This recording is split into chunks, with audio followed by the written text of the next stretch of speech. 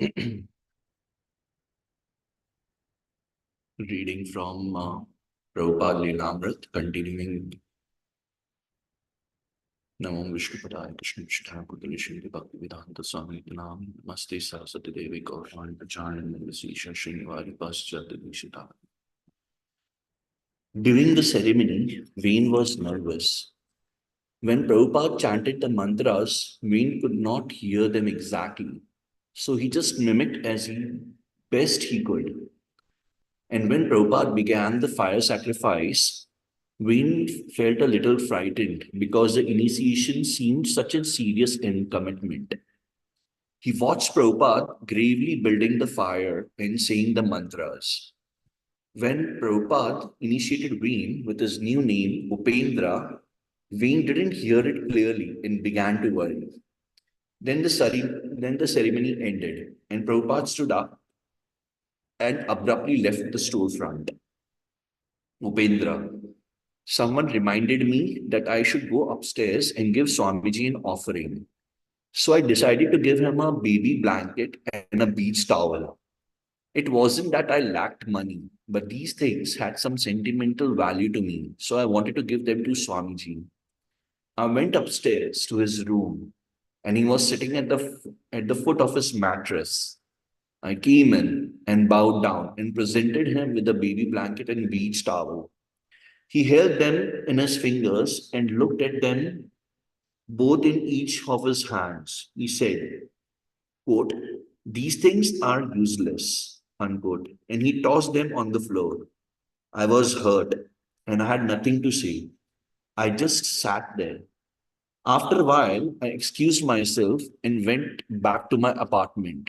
The next day, I went to see Swamiji during his evening visiting time, and he had the beach towel and baby blanket out on the floor like rugs so that guests who came to visit could have something to sit on. I felt satisfaction that he had found some use for my offerings.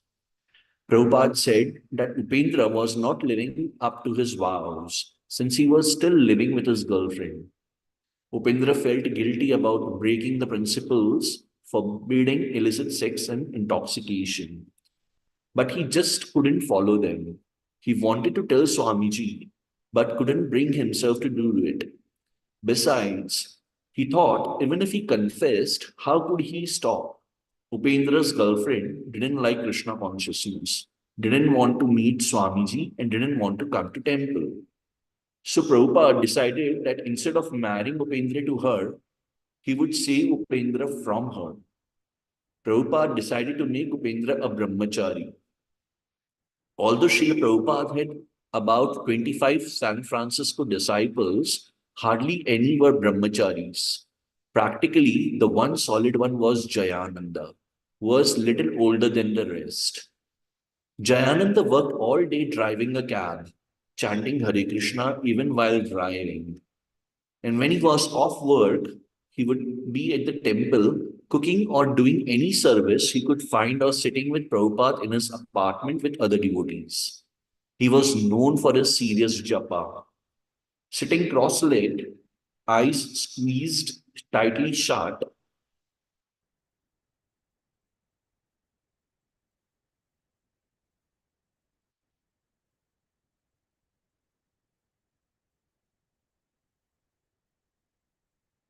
he would hold his strand of beads up in both hands and rock forward almost to the floor and back, chanting intensely, oblivious to the outside world. He was serious, and that was only way one could remain a brahmachari. In New York, Prabhupada had about a dozen brahmacharis, but a more permissive attitude among his followers in San Francisco made brahmachari life more difficult. In the original Vedic society of ancient India, brahmachari life began at the age of 5. Parents would send their son to live with the guru at the Gurukula, where the boy would receive basic education, spiritual instruction, and strict moral discipline under the guru. Even Lord Krishna, in his transcendental pastimes on earth, had attended a Gurukul and very humbly served his spiritual master. The basic principles of brahmachari life was celibacy. By practicing celibacy, the brahmachari would develop great powers of memory and sensory control. And if such a trained brahmachari later decided to take a wife, his sex life would be regulated, not licentious. But although brahmachari life was necessary for a healthy society, Prabhupada had seen within his own lifetime the rapid deterioration of brahmacharya almost to non-existence. And in America, the situation was, of course, much worse. Srimad Bhagavatam tells of a younger Brahmana, Ajamil, who fell from spiritual life because he had seen a drunken man embracing a half naked prostitute. In America, to see a half naked prostitute in public is not uncommon. As soon as Brahmachari walked out on the street, he would confront so many allurements. But Prabhupada was convinced that brahmacharis could protect themselves even in America if they regularly chanted Hare Krishna and sincerely tried to follow the four rules and regulations. Krishna would protect them. Prabhupada had decided to ask Upendra to come and live with him as his personal servant. Prabhupada's former servant, Ranchor, had recently left his position. Although supposedly a brahmachari, he had never been a serious brahmachari. He had even seduced one of the young women devotees in New York. Prabhupada had found out and had asked the girl why she had indulged in sex with Ranchor if she wasn't planning to marry him. Prabhupada's why had so disarmed the girl that she had been unable to answer. Prabhupada had admonished her, "You girls should not make yourselves so cheap," and had given Ranchor another chance. But Ranchor never became serious. After playing the drums during the big kirtan at Avalon Ballroom, Ranchor had become fascinated with the dance hall. He would sneak out from his service, lie to Prabhupada about his absence, and go looking for girls at Avalon. One day he never returned. As one of the devotees reported to Prabhupada, he just disappeared in the strobe lights. Rancho did come back once to ask Prabhupada for money so that he could return to his home in New York. Upendra, despite his weaknesses, was spontaneously attracted to Prabhupada and liked to be with him whenever he could. Sometimes Upendra would go up to the apartment with one or two other devotees and just sit in front of Prabhupada as Prabhupada sat on the thin pillow behind his low desk. Sometimes Prabhupada would continue reading or writing, and Upendra would sit and bask in his presence, simply watching him work. After 10 minutes or so, Prabhupada would look up and say, "All right, that is enough." And the boys would bow and leave. Upendra would also go to see Prabhupada taking his lunch. And Prabhupada would take some rice and vegetable from his plate, put them on a chapati, and offer them to Upendra. Although the prasadam was similar to the prasadam the devotees ate downstairs, Upendra thought that it tasted much better. One day, when Upendra was alone with Prabhupada in his room, Prabhupada asked, "You're living with a young girl and people who take intoxicants."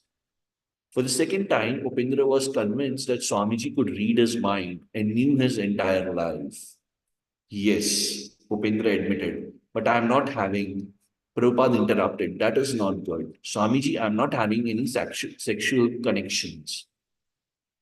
Where there is a boy and when there is a girl," Prabhupada said, "there is sex. You must come and live with me." Upendra was delighted. "Yes, I'll come immediately." He took a few belongings from his apartment, left everything else with his girlfriend, and moved into the front room of Prabhupada's apartment. He was now Swamiji's personal servant. Prabhupada requested him to keep his job at the post office. Around midnight, as soon as Upendra got off work, he would return to the apartment. Prabhupada was always left the door unlocked for him.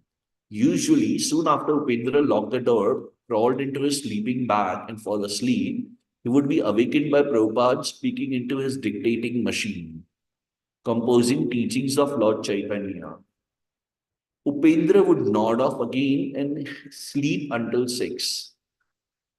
Upendra relished this close association with the spiritual master and became always cheerful. I just want to be Swamiji's dog, he would often tell the other devotees. One time, Upendra was reading to himself from Srimad Bhagavatam. The whole subject matter is so presented through the lips of Srila Sukadeva Goswami that any sincere audience who will lend his ears submissively to this message of the transcendental world will at once relish the transcendental mellows distinguished from the perverted mellows of the material world. The ripened fruit is not dropped all of a sudden from the highest planet of Krishna Loka, but it has come down carefully, being handled by the chain of disciplic succession without any change or disturbance in the formation of the soft and ripened fruit. You don't have any questions? Prabhupada asked. Upendra looked up from the book. No, Swamiji, I accept everything that you say. Prabhupada began rocking strongly in his rocking chair and smiled as Upendra kept reading. Then Prabhupada taught Upendra the proper way to hold a book while reading, with the palms of both hands up and off the lap. This advice gave Upendra greater enthusiasm to please his spiritual master by reading his books. Upendra was still bothered by sexual desires. He thought that maybe he should get married, but he was confused about what a Krishna conscious marriage was supposed to be. How could you be married? He puzzled. If you don't love the girl you want to marry, and how could you love her without having sex with her? He wanted to ask Swamiji about this, but he kept it to himself, waiting for an opportunity and for the courage. Then one day he entered Prabhupada's room as Prabhupada paced back and forth from one end of the room with its three large bay windows overlooking Frederick Street to the other end, where his rocking chair sat. Now Upendra decided he could ask his question. Swamiji, he began, may I ask a question? Yes, Srila Prabhupada replied, stopping his pacing. If a boy is separate from a girl, then how can he learn to love her? Prabhupada began to walk back and forth again, chanting on his beads. After a moment, he turned and said softly, Love? Love is for Krishna. And he walked toward the window and looked down at the street below. You want a girl? Pick one. He pointed towards some women passing on the street. There is no love in this material world. Love is for Krishna. Gradually, under Srila Prabhupada's pure influence, Upendra began to feel less agitated by sexual demands. He came to understand that he was not a material body, but a spiritual soul. That the soul's eternal nature was to love Krishna, and that for a pure devotee, for Swamiji, love was for Krishna. More and more, Upendra just wanted to be the servant of Swamiji. He thought of what foods to buy for him and how to make things comfortable for him. It was in this mood of wanting to serve Swamiji that Upendra visited the psychedelic shop one day. He had heard they had recently received some prints from India, so he went in and browsed through the prints, picked out some pictures of Lord Krishna and took them to Swamiji. In Prabhupada's room, along with other devotees, Upendra unrolled the prints one by one on Prabhupada's desk, waiting to see Prabhupada's response. As Upendra watched, it seemed to him that Swamiji was looking at photos of his personal friend. He was pleased with the pictures. Hayagriv commented that the religious art of the Indian prince was a bit garish, but Prabhupada explained that the technique didn't matter. The important thing was that the pictures were of Krishna and were executed according to Vedic descriptions. And for the devotee, they were beautiful. They were not different from Krishna.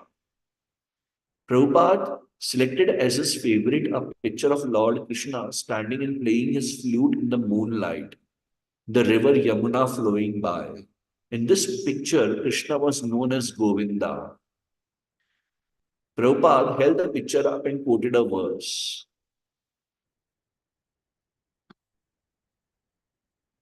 Smiram Mangi Trayaparichitam Sachi Vistirna Dristim वंशीन्यास्तधारा किशलय उज्ज्वलं चन्द्रकेन गोविन्दाख्यं हरितनुमितः केशीतीर्थोपकन्थे मा प्रेक्षितस्ताव्यदि सखे बन्धुसङ्गीस्तिरङ्गः.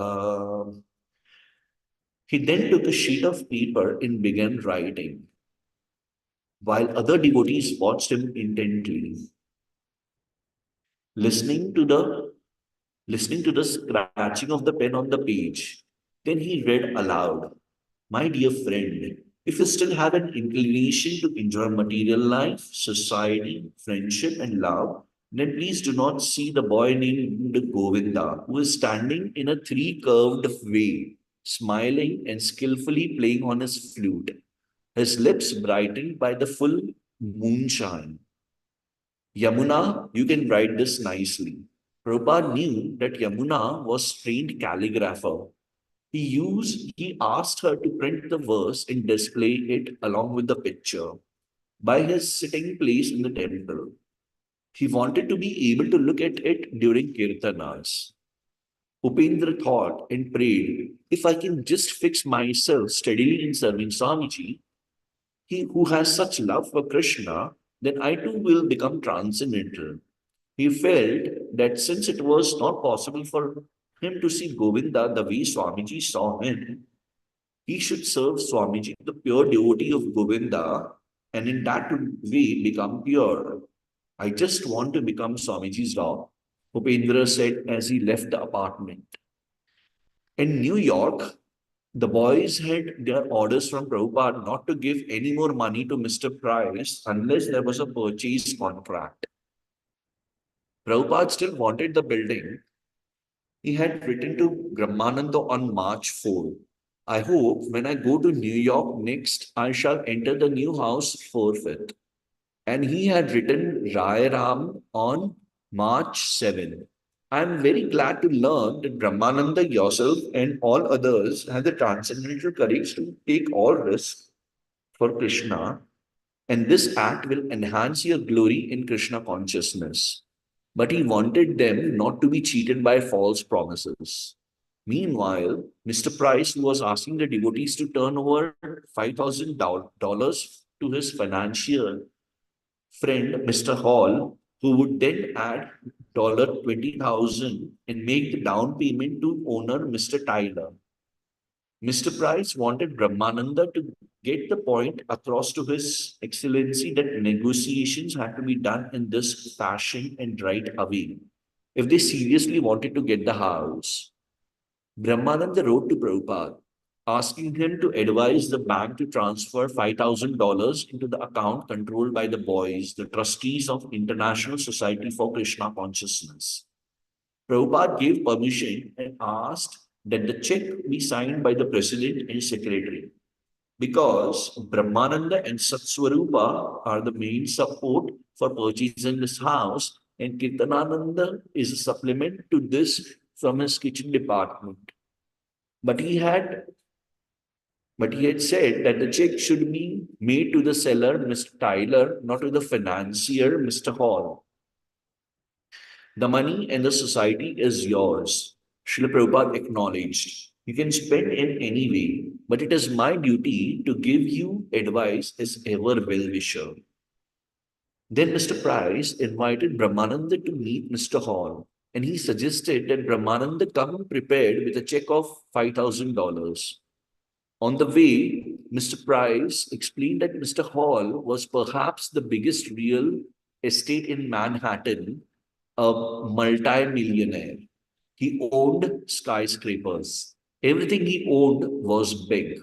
When Brahmananda entered Mr. Hall's office, he thought it was right out of a Hollywood movie. A conference room 10 times bigger than the Second Avenue Temple room. And seated at the head of the large oval table was Mr. Hall himself. The room was in semi-darkness, with a few spotlights on Mr. Hall, who sat before a battery of telephones even as they began to discuss. Mr. Hall paused several times, picking up phones and talking to persons in various places across the country. Young man, Mr. Hall said to Brahmananda, we are helping you get the house. It is a beautiful house, a New York City landmark. Then Mr. Hall's girlfriend called from a boat in the Caribbean. He talked to her for a while and then returned to Brahmananda and Mr. Price, who sat in the shadows of his conference table. Mr. Hall had a big contract he wanted Brahmananda to sign. Brahmananda knew that Swamiji wanted a contract, and here it was. He also knew that if he signed over the $5,000, he would have no other money and no extra income, and he knew they knew it. But Swamiji wanted the building. Swamiji himself had looked at the 100,000 buildings, $100,000 buildings, and had offered to buy them, even though he had very little money to back his offers up. And Brahmananda always did whatever Swamiji said. To sign this contract, Brahmananda concluded, was an act of faith in Swamiji and Krishna. He didn't analytically ask, where will the rest of money come from? To do so, he thought would be like doubting Swamiji. So here he was in this big time financiers office. It was awesome. The millionaires were going to hell. Mr. Price was at Brahmananda's elbow. Mr. Hall was telling Brahmananda that everything was all right. We are going to get you this house. Now it was actually going to happen. Here was one of the biggest men in Manhattan offering to help, and whereas Brahmananda had no money. Here was one of the biggest men in Manhattan offering to help, and whereas Brahmananda had no money. Mr. Hall would be able to pick up the place very easily from the owner. Glancing quickly over the contract, Brahmananda signed. It was a deal. And he gave them the check for $5,000. As soon as Brahmananda and Mr. Price left Mr. Hall's office, there was a distinct change in Mr. Price. Although still acting as Brahmananda's friend, he now said, Gee, you know, now you have to get this money. As they walked together on the uptown streets, Mr. Price cheerfully pushed the whole thing onto Brahmananda. That was the change. Before, Mr. Price had been saying that he and Mr. Hall were going to do it, but now he said that it was all up to the devotees. Brahmananda asked about the legal position. Mr. Price explained that only the Krishna society was bound. But what about the promises? What about Mr. Hall's being so rich and wanting to help them, and Mr. Price wanting to help? Mr. Price assured Brahmananda that he and Mr. Hall did want to help. They were doing everything they could. But Brahmananda and other devotees should also do everything they could and come up with $20,000 to complete the down payment by the end of the month. And what if they couldn't? Mr. Price made it very clear. If you don't pay the balance in a month, then you lose your deposit. By the time Brahmananda reached 26 Second Avenue, he realized he has been cheated. He was crushed. He turned to the other devotees and told them what has happened, but they could only return. Why did you do it? Brahmananda phoned Srila Prabhupada in San Francisco. Now that his eyes had been opened about Mr. Price, Brahmananda was blunt about his mistake and he told Prabhupada that he had given away the $5,000. All of it is gone? Srila Prabhupada asked. Yeah, Brahmananda replied. He heard Prabhupada hang up the phone. Brahmananda had been about to explain the whole thing, but Swamiji had just hung up without a word. Brahmananda placed the receiver back on the hook. He was shaken. The next day, the trustees held a special meeting. The boys sat around in front room of Prabhupada's apartment trying to decide what to do. Gargamuni again called Prabhupada, who advised them to stop the check at the bank. Swamiji's as smart as fox. Rai Ram Ripla smiled.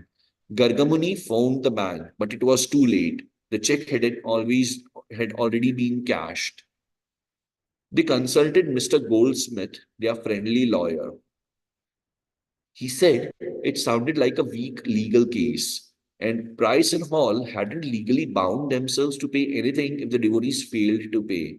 And if the devotees could pay the $20,000 balance by the end of the month, they would lose their $5,000 deposit. They could not sue for fraud, but court fees would be costly. Then, one by one, Brahmananda, Swarupa, Kirtanananda, Rairam, Gargamuni, and others began to look at the letters from Prabhupada and discuss how he had warned them to avoid being cheated. Their greatest blunder, they began to realize, was disobeying his instructions. He had told them not to trust the promises of these businessmen, and he had told them that the check should be made only to the owner, not to the financier. Within a few days, further instructions from the spiritual master came in the mail. There were admonishments, but hearing from him, even if he was chastising them, was better than the pain of his hanging up the phone without a word. But you have not followed my instructions, and now you are in trouble. He wrote to the boys. He wrote Rai Ram, you are all foolish boys. I repeatedly warned you, even at the last point, that we should not pay the check unless there was agreement between Mr. Tyler and Mr. Hall. The agreement was signed like a marriage ceremony without the presence of bridegroom. The mistake was there, and now you are repenting. To Satsarup, he wrote, you have asked me whether the San Francisco branch will pay some money for purchasing the house. But where is your house and where is the purchase? So far, it is talks of Mr. Price and company in which you innocent boys has been entrapped. I do not know how I can help you in your great blunder. I can only hope that Krishna will help you. Unlike the boys and their lawyers, Prabhupada thought that legal case against the businessmen would be a strong one. I am not a lawyer, but this is common sense affair. Mr. Hall has taken the money and he must finance to purchase the house. If he has no money to finance, then it is a cheating case, clear and simple. The culprits, he said, should be brought to criminal court. Their conspiracy and fraud were obvious and could be proven. From the telephonic conversations of Brahmananda, it appears to be an organized cheating case, and you have to face with courage without excusing any one of them. We are not revengeful, but we cannot lose Krishna's money for nothing. The boys had already blundered so much that Prabhupada doubted whether they could tackle the cheaters. But he said they had to try. Let us give the house or return back the money. In default, there is a clear case of cheating. Now you can only do, now you can do as you like. Srila Prabhupada wrote the boy's lawyer, relating the history of the case. He also wrote a letter to the financier, the owner, and Mr. Price, threatening to expose everything, including what he has done, what he alone had seen. That the lawyers involved were so implicated. Brahmananda could barely understand what was going on, but it appeared that Swamiji was going to get results. The boys were fools, certainly, but the businessmen were certainly cheaters. And Swamiji claimed that he could prove it in a court. While admonishing his blundering disciples and going fiercely after the cheaters, Srila Prabhupada still remained this ultimate shelter for his foolish boys. In a letter to the six trustees of his New York branch, he shed transcendental light into their gloomy minds. Forget the chapter. Take it for granted that Krishna has taken away this money from you for your deliberate foolishness. In future, be very cautious and abide by the orders of Krishna. If you abide by the orders of Krishna, he can give you things that you may need. Be cheerful and chant Hare Krishna without any lamentation. As I have told you several times, that my Guru Maharaj used to say that this world is not a fit place for a gentleman. His version is corroborated by the following verse of Srimad Bhagavatam. It is said like, Yasya asti bhagavati akinchana bhakti sarvai gunaistattra samaste sura harau abhaktasya kuto mahat guna manorathin asato dhavato bahi. A person who is not in Krishna consciousness has no good qualifications. However, so-called gentlemen, one may be or academically educated, he may be, he is hovering over the mental plane and therefore he must commit nuisances being influenced by his external energy. A person who was, however, unflinching faith in the Supreme Personality of Godhead has all the good qualifications of the demigods. In other words, you should not keep your trust on so-called gentlemen of the world, however nicely dressed he may be. In the matter of discharging our mission to Krishna consciousness, we may have to meet so many so-called gentlemen, but we must be very cautious for dealing with them, as if we are cautious in dealing with serpents. Now, more than ever, the boys in New York wanted Swamiji to come back, although most of the talk in the temple was still about real estate. They were holding regular kirtan and lecture programs, and two new boys had joined. Jadurani had finished some new paintings of Lord Vishnu, which was which now hung in the temple. She was sitting anxiously for Swamiji to come and see them. Some devotees had made a new speaker's seat in the temple for Swamiji. They knew they were fools, but they asked him to please come back. He agreed. He set April 9 as the date for his return to New York. But meanwhile, he had much to do in San Francisco. One day, Malati hurried into Srila Prabhupada's apartment, took a small item out of her shopping bag and placed it on Prabhupada's desk for his inspection. What is this, Swamiji? Srila Prabhupada looked down and beheld a 3-inch wooden doll with a flat head, a black, smiling face with big, round eyes. The figure had stubby, forward jutting arms and a simple green and yellow torso with no visible feet. Srila Prabhupada immediately folded his palms and bowed his head, offering the little figure respects.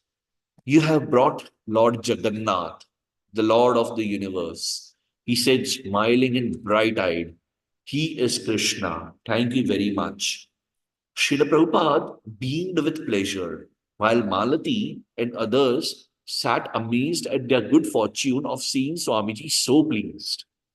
Prabhupada explained that this was Lord Jagannath, a deity of Krishna, worshipped all over India for thousands of years. Jagannath, he said, is worshipped along with his two deities, his brother Balaram and his sister Subhadra.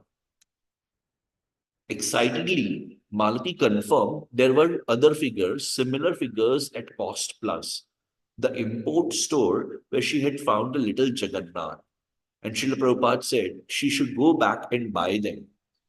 Malati told her husband, Sham Sundar, and together they hurried back and bought the two other dolls in the set. Srila Prabhupada placed the black-faced smiling Jagannath on the right. In the center, he placed the smallest figure, Subhadra, who had a red smiling mouth and a rectangular black and yellow torso. The third figure, Balaram, with a white round head, red rimmed eyes, and a happy red smile, had the forward jutting arms like Jagannath in a blue and yellow base. Prabhupada placed him next to Subhadra. As Prabhupada looked at them together on his desk, he asked if anyone knew how to carve. Shamsundar said that he was a wood sculptor, and Prabhupada asked him to carve 3 foot high copies of little Jagannath, Balram, and Subhadra. More than 2000 years ago, Srila Prabhupada told them there was a king named Indradyumna, a devotee of Lord Krishna. Maharaj Indradyumna just wanted a statue of the Lord as he had appeared when he and his brother and sister had traveled on chariots to the holy field of Kurukshetra during a solar eclipse. When the king requested a famous artist from the heavenly planets, Vishwakarma, to sculpture the forms, Vishwakarma agreed on the condition that no one interrupt his work. The king waited for a long time while Vishwakarma worked behind locked doors. One day, however, the king felt he could wait no longer and he broke in to see the work in progress. Vishwakarma, true to his word, vanished, leaving behind the uncompleted forms of the three deities. The king was nevertheless so pleased with the wonderful forms of Krishna, Balram, and Subhadra that he decided to worship them as they were. He installed them in a temple and began worshipping them with great opulence. Since that time, Srila Prabhupada continued, Lord Jagannath has been worshipped all over India, especially in the province of Orissa, where there is a great temple of Lord Jagannath at Puri. Each year at Puri, during the gigantic Rath Yatra festival, millions of pilgrims from all over India come to worship Lord Jagannath, Balaram, and Subhadra as the deities ride in procession on three huge carts. Lord Chaitanya, who had spent the last 18 years of his life in Jagannath Puri, used to dance and chant in ecstasy before the deity of Lord Jagannath during the yearly Rath Yatra festival. Seeing this appearance of Lord Jagannath in San Francisco as the will of Krishna, Prabhupada said they should be careful to receive and worship Lord Jagannath properly. If Shamsundar could carve the forms, Prabhupada said, he would personally install them in the temple, and devotees could then begin worshipping the deities. San Francisco, he said, could be renamed New Jagannath Puri. He chanted, Jayan Jagannatha Swami Nayana Patagami Bhavatu Mer. This is a mantra for Lord Jagannath. Jagannath means Lord of the universe. O Lord of the universe, kindly be visible unto me. It is very auspicious that he has chosen to appear here. Sham Sundar bought 3 large blocks of the hardwood, and Prabhupada made a sketch and pointed out a number of details. Using the small statues, Sham Sundar calculated the ratios and new dimensions and began carving on the balcony of his apartment. Meanwhile, the devotees bought the rest of the tiny Jagannath from Cost Plus, and it became a fashion to glue a little Jagannath to a simple necklace and wear him around the neck. Because Lord Jagannath was very liberal and merciful to the most fallen, Srila Prabhupada explained, the devotees would soon be able to worship him in their temple. The worship of the forms of Radha and Krishna in temple required very high, strict standards which the devotees were not yet able to meet. But Lord Jagannath was so merciful that he could be worshipped in a simple way, almost by chanting Hare Krishna, even if devotees weren't very much advanced. Prabhupada set March 26, the appearance day of Lord Chaitanya, as a day for installing the deities. The devotees would have a big feast and begin worshipping Lord Jagannath. Prabhupada said they would have to build an altar and he told them how to prepare it.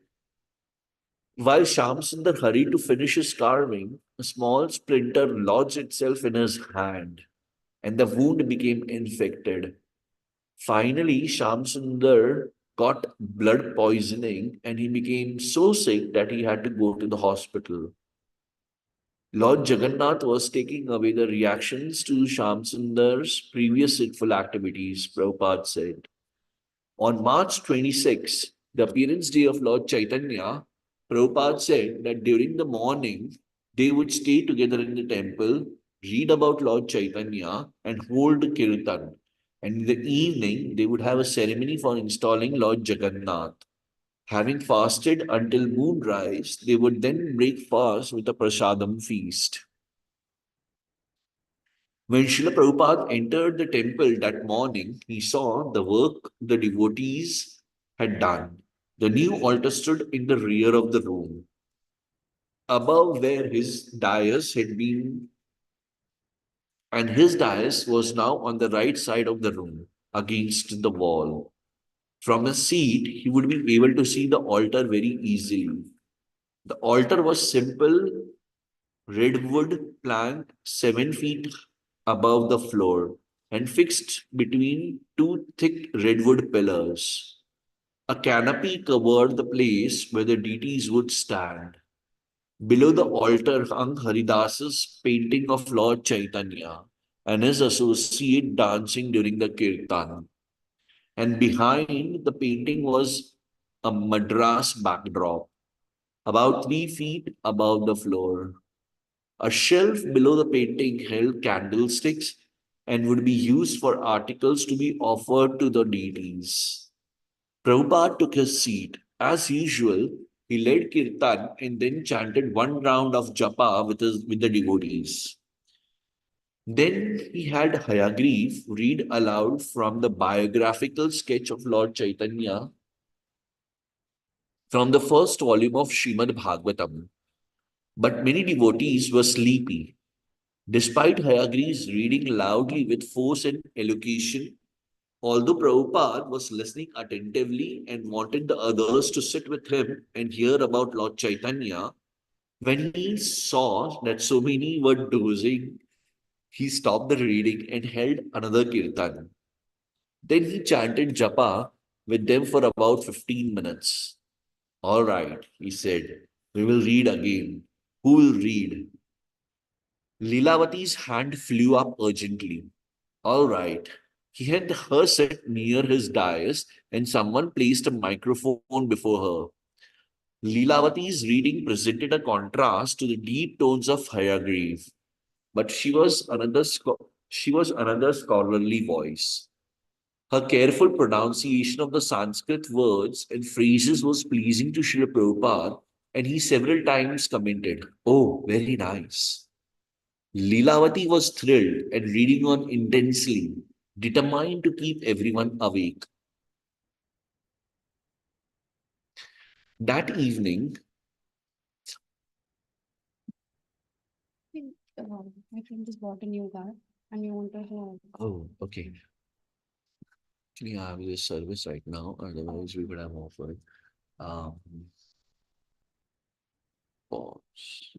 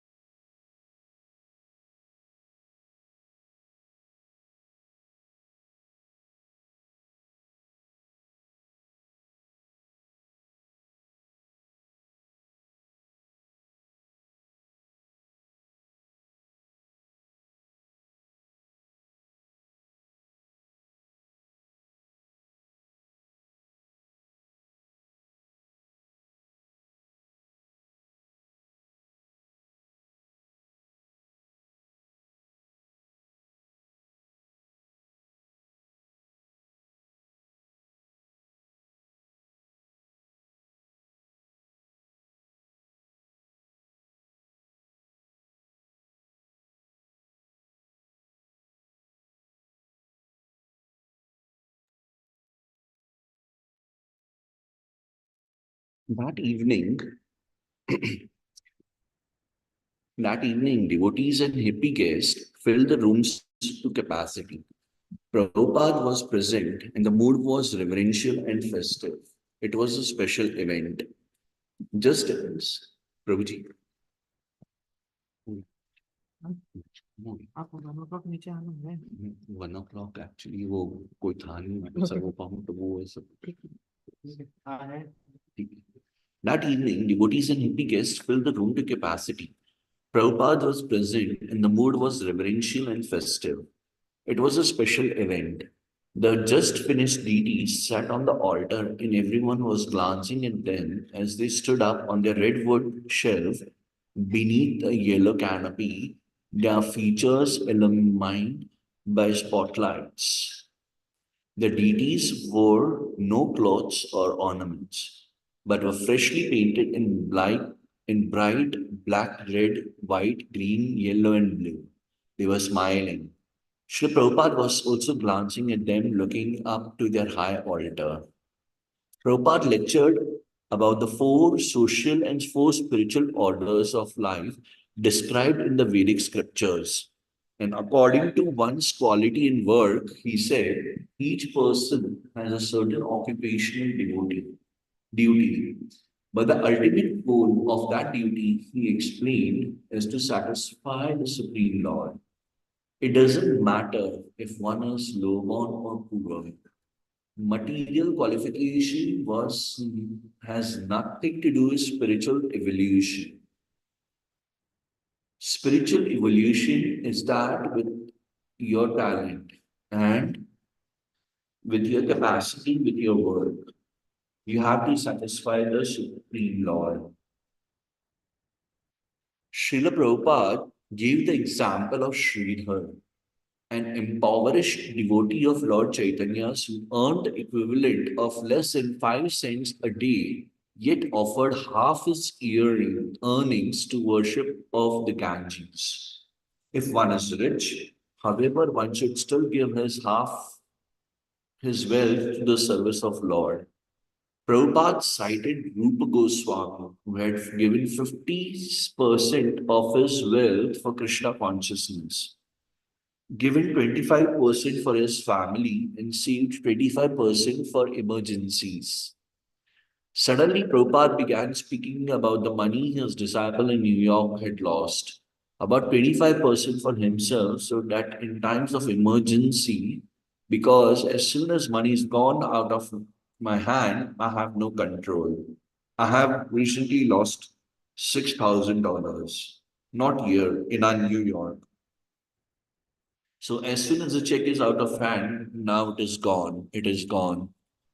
Prabhupada gestured to indicate money flying like a bird out of his hand. And this reference to the troubling, entangling affair with Mr. Price and the foolish boys and their hard-earned money gone, Prabhupada paused for a moment. Then he continued with the lecture. Paying attention to Bhagavan, the Supreme Person is practical. Srila Prabhupada said, here is Krishna. Krishna's form is there.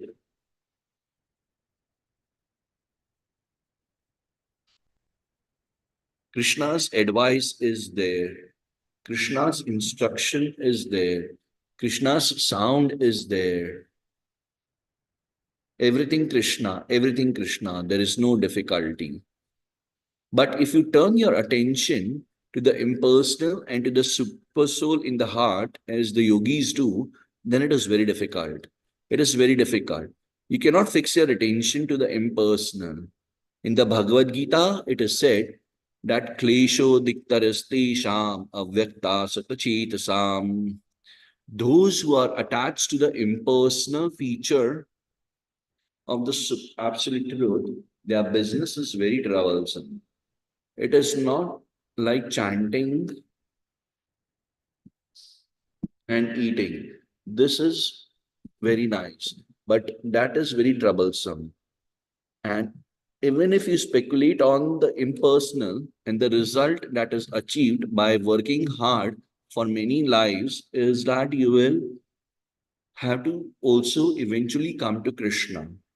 Srila Prabhupada continued describing Krishna as a supreme personality of Godhead, citing evidence from scriptures like Bhagavad Gita and Brahma Samhita. The first step in spiritual life, he explained, was to hear from Krishna himself.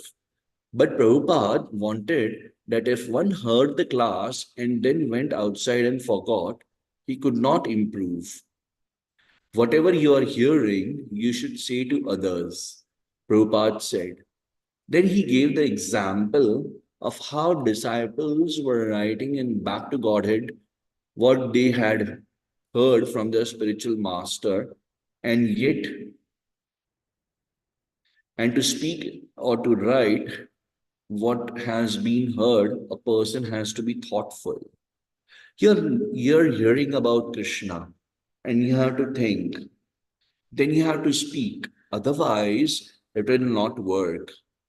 So, Shrotavya Kirti Vasya Cha Deya Pujasya Cha, and you should worship. Therefore, you require this deity for worshipping. We have to think of, we have to speak, we have to hear, we have to worship. Pujascha. And should we do this occasionally? No, nityada, regularly. This is the process. So anyone who adopts this process, he can understand the absolute truth. This is the clear declaration from the Srimad Bhagavatam. Thank you very much. Any question?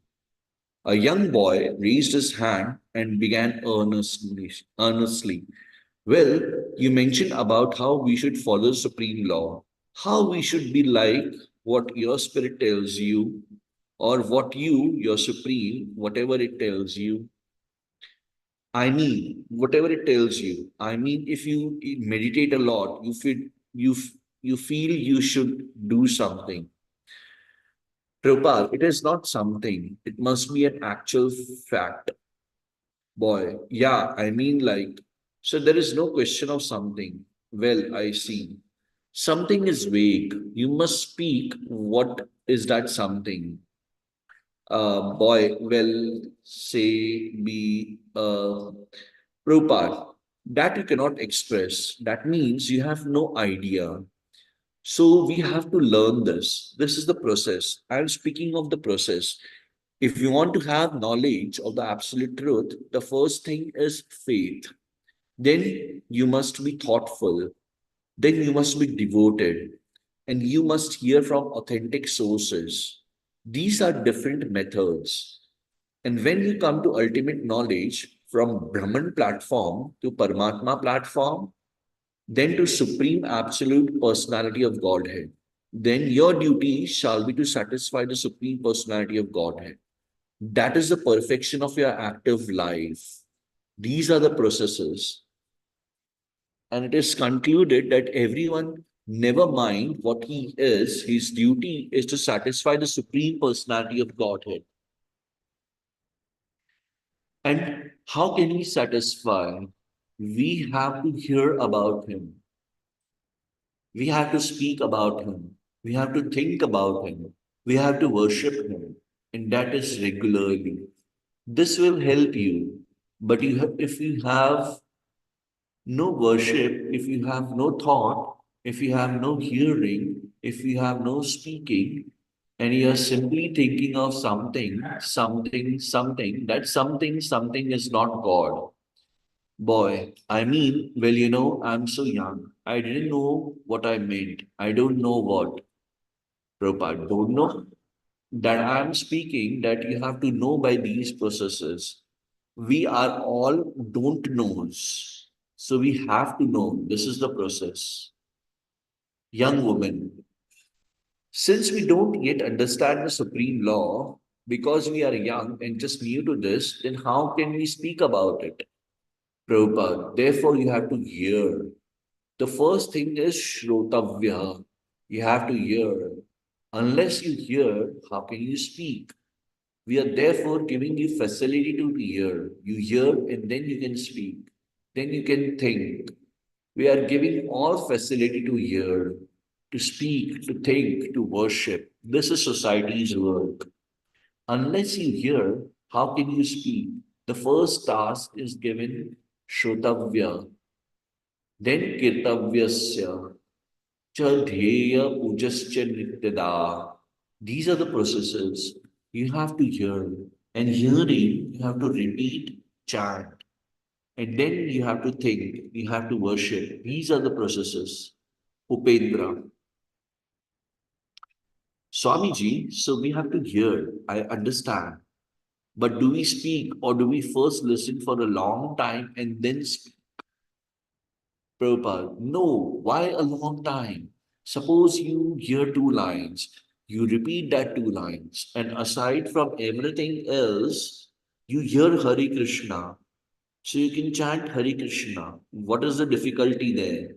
Shrotavya Kirti Vasya. You have to hear and chant. So if we cannot remember all the topics which we are speaking from Bhagavad Gita or Srimad Bhagavatam, you can at least remember this. Hari Krishna. Therefore, it is the easiest process. You hear Hari Krishna and chant Hari Krishna. The other things will come automatically. Now, this is possible for everyone. Even the child can repeat Hare Krishna. What is the difficulty? You hear Hare Krishna and chant Hare Krishna. We are not giving you very difficult or troublesome task. Then everything will follow. We are giving you everything. But if we feel in the beginning it is difficult, then you can do this. This is very nice. Chant Hare Krishna. You're doing that actually. Hearing and chanting, this is the process will help you. It is the basic principle of advancement in spiritual life. Without hearing, we shall simply concoct, waste our time, and mislead people. We have to hear from authoritative sources. Srila Prabhupada paused. The philosophical talk had been rigorous, lasting about 45 minutes. He wasn't tired. He could have gone on, but now he wanted to conduct the deity installation. Everything necessary for spiritual life was here: the temple, the devotees, the books, the deity, prasadam. He wanted these young people to take advantage of it. Why should they remain living like animals and thinking of spiritual life as a vague groping for something? We should take advantage of Krishna's mercy and be successful and happy. And for this, Prabhupada was their tireless servant. Prabhupada, so Hayagriv, come here. Prabhupada had the devotees arrange a large candle on the plate. The ceremony had planned would be a simple one, with devotees and guests one after another coming up and offering the flame in circles before the Jagannath deities.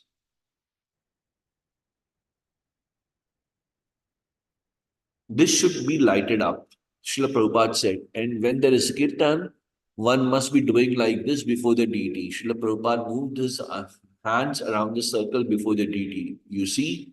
I agree. Yes, yes. Srila Prabhupada, yes, with the kirtan, then one person is tired, he should hand it over to another person, devotee. When he is tired, he should give to another, as long as the kirtan will go on. This should be done with the kirtan just now. Do you follow? Yes, you begin, and when you are tired, you hand over to another. It will go on like that. Srila Prabhupada, from a seat, guided Hayagriv in approaching the deity with the lit candle. Some of the girls tittered with nervous expectations before the deity. Srila Prabhupada said, all right, now better begin kirtan. Prabhupada began playing kartals and singing the Hare Krishna mantra to the popular melody he had introduced in America.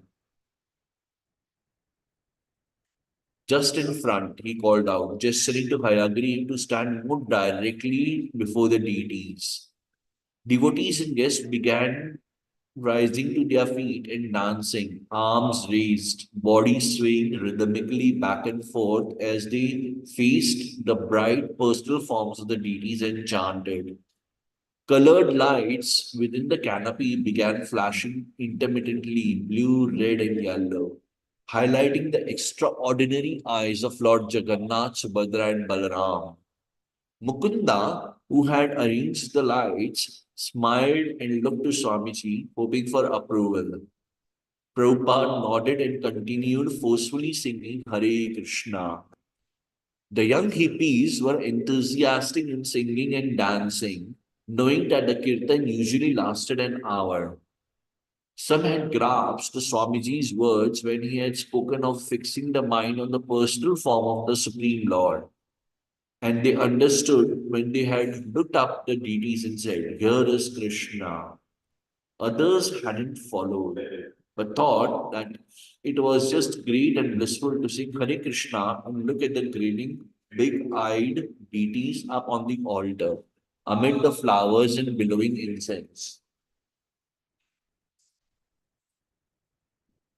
Prabhupada watched with pleasure as one person after another took a turn at offering the candle before Lord Jagannath. This was a simple procedure for installing the deity.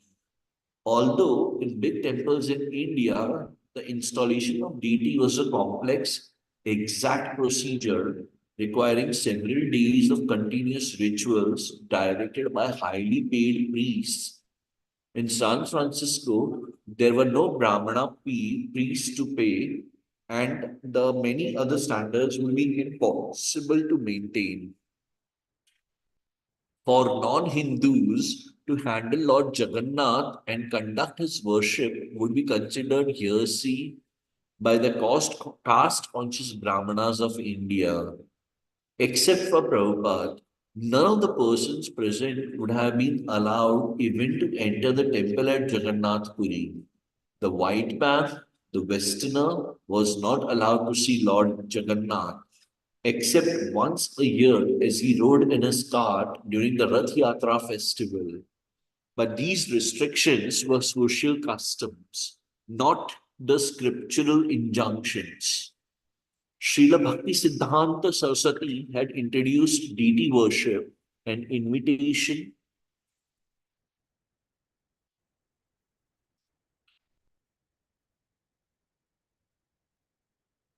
He had introduced deity worship and initiation for anyone, regardless of caste, race, or nationality.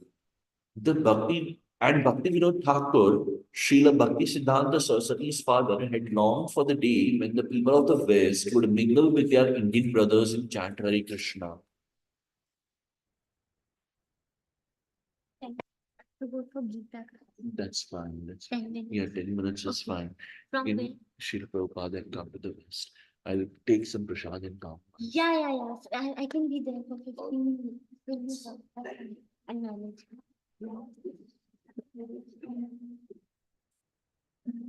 Take this. No, I'm good. Sure. Okay. I'll take prasad. Okay.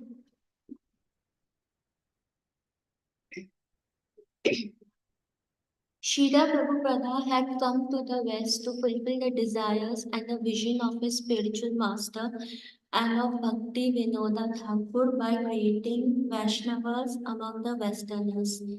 Now, if the Westerners were to become actual devotees, they would have to be given the deity worship. Otherwise, it would be more difficult for them to become purified. Srila Prabhupada was confident in his spiritual master's direction and in the scriptures. He had faith that Lord Jagannath was specially merciful to the fallen. He prayed that the Lord of the universe would not be offended by his reception at New Jagannath Puri. When the Kirtana ended, Prabhupada asked Haridas to bring him a candle.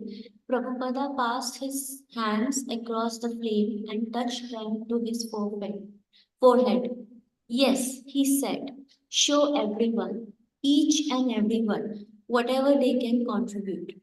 Here, take it like this and show everyone. He indicated that Haridasa should present the candle before each person in the room so that all present would touch their hands to the flame as he had shown and then touch their foreheads. As Haridasa went from person to person, a few devotees dropped some coins on the flame and others followed. Srila Prabhupada explained further. The Bhagavatam has recommended hearing, chanting, thinking, and worshipping. This process, which we just now introduced on the advent of Jagannath Swami, means that now this temple is now completely fixed. So, this is the worshipping process. This is called Aarti. So, at the end of Kirtana, this Aarti will go on. And the worshipping process is to take the heat of the light and whatever your condition is, pay something for the worship. So, this simple process, if you follow, you just see how you realize the absolute truth. Another thing I request you, all the devotees, when you come to the temple, you bring one fruit and one flower. If you can bring more fruit, more flower, it is very good. If not, it is not very expensive to bring one fruit and one flower and offer it to the deity. So I will request you when you come to the temple, you bring this, whatever fruit it may be. It does not mean that you have to bring very costly food. Any fruit, whatever you can afford. One fruit and one flower. He paused, looking around the room. Yes, now you can distribute prasadam. The guests sat in rows on the floor, and the devotees began serving prasadam, offering the first plate to Prabhupada.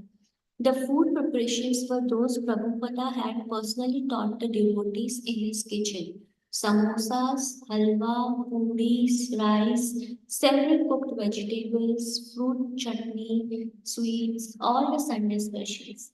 The guests loved the prasadam and ate as much as they could get, while the devotees, especially the expert woman, served more and more prasadam. The guests relaxed and enjoyed an evening of feasting and convivial conversation. After Prabhupada tested all the preparations, he looked up with raised eyebrows. Very nice preparations. All glories to the cookers. A few minutes later, as the feasting continued, Srila Prabhupada spoke into the microphone. Jagannath Swami Nayana Patha Gami Bhavatu Me. Howard repeat this. Hayagriva swallowed, cleared his throat, and spoke up. Jagannath Swami Nayana Patha Gami Bhavatu Me. Prabhupada. Yes, this should be chanted. Jagannath Swami Nayana Patha Gami Bhavatu Me. A boy asked what it meant. Hayagriva replied, Oh, Lord of the universe, please be present before me. When Prabhupada noticed an older, respectably dressed man leaving the room without receiving a feast plate, Prabhupada became concerned. Oh, why is he going away? Ask him to come. A boy ran after him, opening the temple door and calling. Please don't leave, Swamiji requests. As the man re entered the storefront, Prabhupada requested, please take prasad. And turning to the servers, he instructed, give him first. And so the feasting continued beneath the altar of Lord Jagannath and under the auspices of his servant Srila Prabhupada. The next day, acting on the whim, the devotees took the Jagannath deity off the altar and carried him to Golden Gate Park for a kirtana. Within minutes, hundreds gathered in the meadow below Hippie Hill, dancing and chanting around Lord Jagannath. After several hours, the devotees returned him to the altar. Prabhupada disapproved. The deity should never leave the temple. The deities don't go out to see the people except on special occasions. They are not for parks for birds to drop stool on. If you want to see the deities, you have to visit them. Lord Jagannath's presence quickly beautified the temple. Devotees made garlands for him daily, Jadurani's paintings of Lord Vishnu arrived from New York, and Govind Dasi had painted a large portrait of Srila Prabhupada, which now hung beside his seat. Devotees also put Indian prints of Krishna on the walls. The lights flashing upon Lord Jagannath made his eyes seem to pulsate and his colors move and jump. And he became a special attraction in the psychedelic neighborhood of Haight Ashbury. As Prabhupada had requested, devotees and guests began bringing offerings before the altar of Lord Jagannath. Hippies would come by and leave whatever they could: a stalk of wheat, half a loaf of bread, box of saltines, a piece of fudge, or candles, flowers, or fruit. Hearing that before using something for yourself, you should offer it to God, some hippies began bringing their new clothes and offering them with a prayer to Lord Jagannath before wearing them. These hippies didn't follow Lord Jagannath's instructions, but they wanted his blessings. Each night, the devotees performed the Aarti ceremony just as Prabhupada had taught them, taking turns offering a candle before Lord Jagannath. When the devotees asked whether they could add anything to the ceremony, Prabhupada said yes, they could also offer incense.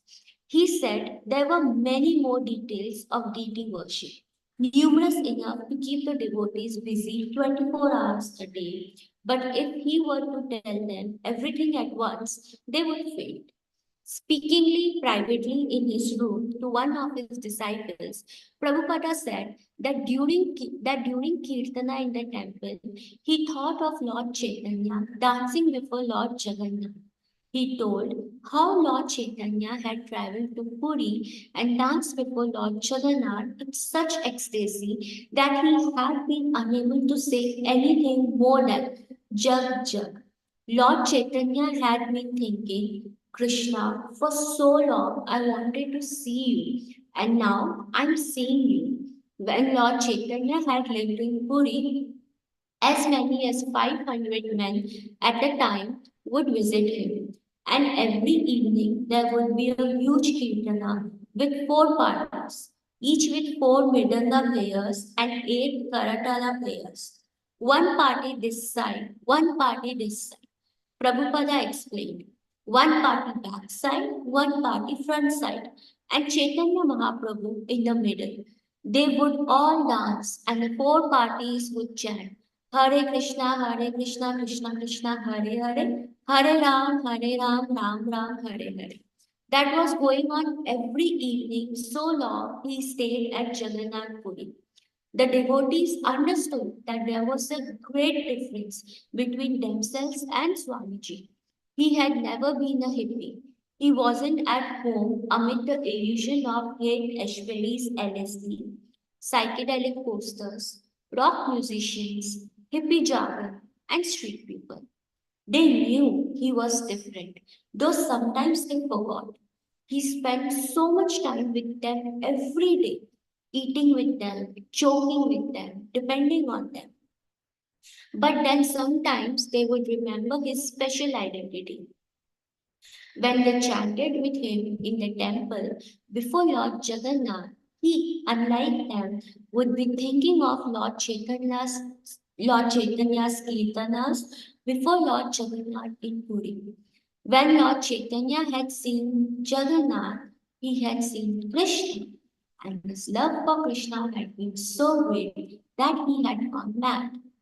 Prabhupada thought of these things to a degree far beyond what his disciples could understand, and yet he remained with them as their dear friend and spiritual instructor. He was their servant, teaching them to pray like him, to be able to serve Krishna. O Lord of the universe, kindly be visible unto me. Govinda Dasi had a question for Swamiji. He had mentioned briefly that Lord Chaitanya used to cry in separation from Krishna and had once even thrown himself into a river crying, Where is Krishna? She was unsure whether the question would be proper, but she waited for an opportunity to ask. One evening after the lecture, when Prabhupada asked for questions and there were none, Govinda Dasi thought, this is my chance. But she hesitated. Her question wasn't on the subject of his lecture, and besides, she didn't like to ask questions in public.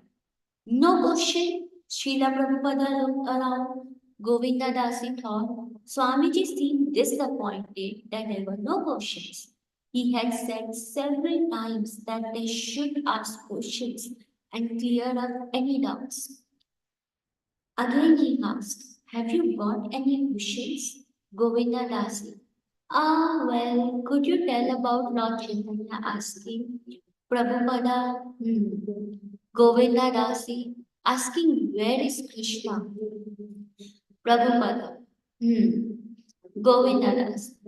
Could you tell about Lord Chaitanya asking where is Krishna and falling in the water? Or would that be not? Prabhupada smiled.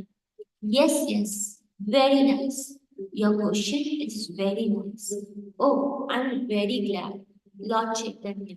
He was the greatest symbol of Krishna Bhakti, a devotee of Krishna. So just see from his life. He never said that I have seen Krishna. Never said I have seen Krishna. He was mad after Krishna. That is the process of Chaitanya philosophy. It is called Viraha. Viraha means separation. Separation.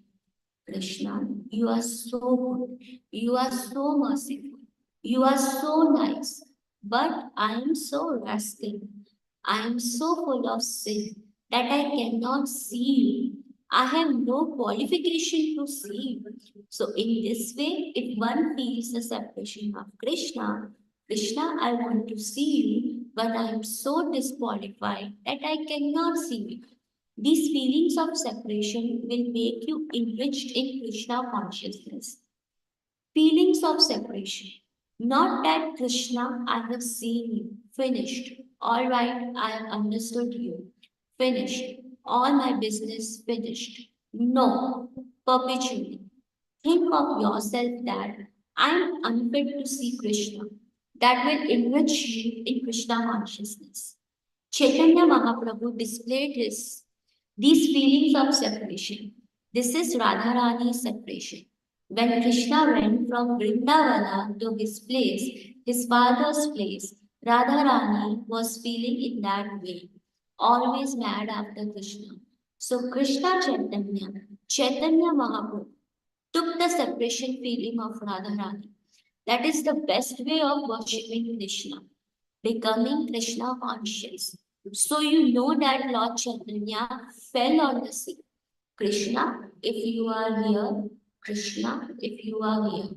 Similarly, the next devotees, Lord Chaitanya's direct disciples, the Goswamis,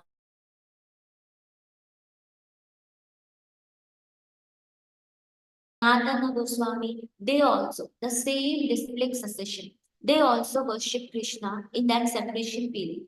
There is a nice verse about them.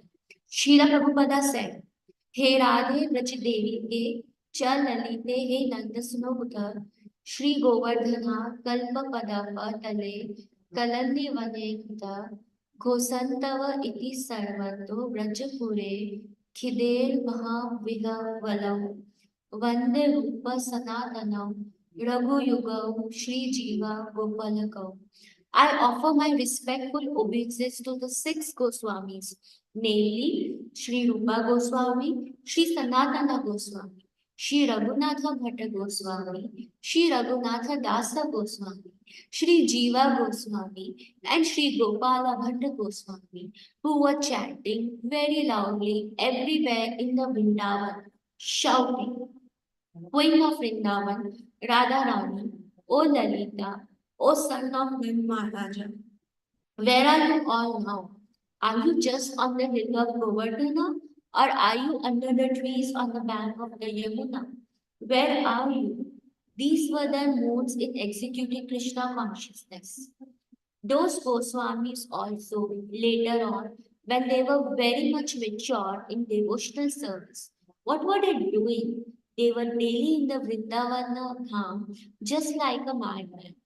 Krishna, where you are, that is the quality. It is a very nice question. Shira Prabhupada paused and uttered a thoughtful hmm. He remained silent. They also remained silent, watching him. He sat cross-legged on the black velvet pillow on the redwood dance. His hands were folded, his eyes closed, and he became overpowered by inner feelings of ecstasy. Although the simple devotees present could not know what was happening, they could see him enter a deep inward state. They could feel the atmosphere transform into awesome devotional stillness. They kept their eyes fixed on him. A minute and a half passed. Srila Prabhupada uttered another thoughtful and opened his eyes. They were filled with tears. He reached over and grasped his karatalas, which rattled in his hand. But he moved no further. Again, he withdrew from external consciousness. Another minute of silence passed. The minute seemed extremely calm, yet intense and long. Another minute passed, almost 4 minutes. Prabhupada cleared his throat and struck the karatalas together, beginning the slow rhythm. A devotee began the one note drone on the harmonium. Prabhupada sang, Govinda Jaya Jaya Gopala Jaya Jaya Radha Raman Hari Govinda Jaya Jaya, building the chanting to a lively pace. After about 10 minutes, the kirtana stopped and Prabhupada left to go.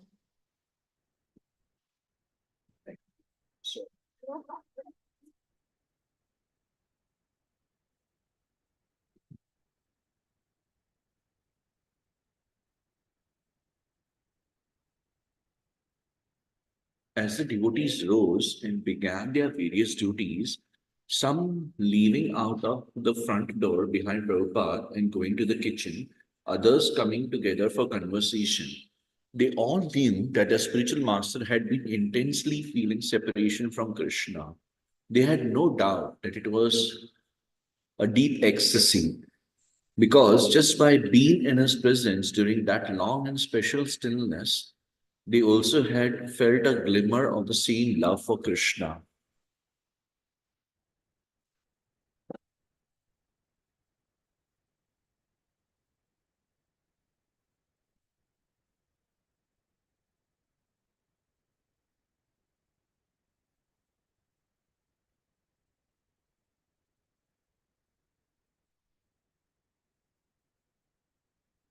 On the invitation of his disciple, Srila Prabhupada agreed to hold a kirtan on the beach.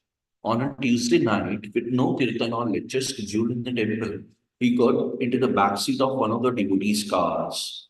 About a dozen initiated followers and a couple of dogs got into their other cars, and together they traveled to the beach. When they arrived, some devotees went running across the beach, gathering driftwood and building a fire in the shelter of a sand dune. The late afternoon air was cool, and there was a seaside wind. Sri Prabhupada was dressed in a long checkered coat over his hooded sweatshirt. During the kirtan, he clapped and danced while the devotees joined hands, forming a circle around him. As the sun was setting, all the devotees faced the ocean, raising their arms and singing as loudly as they could. Hari Bol! But with the surf pounding in on the coast and with the great expanse of windy air around them, the kirtan sounded very small. Gathering around the fire, the devotees buried foil wrapped potatoes and foil wrapped apples with raisins and brown sugar under the coals.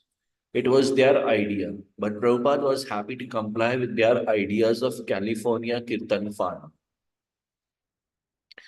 Haridas and Hayagriv had composed a song about the sage Narad and Muni, and they sang it for Prabhupada. Do you know who is the first eternal spaceman of this universe? To send, the first to send his wild wild vibrations to all cosmic superstitions. For the song, he always shouts, sends the planets flipping out.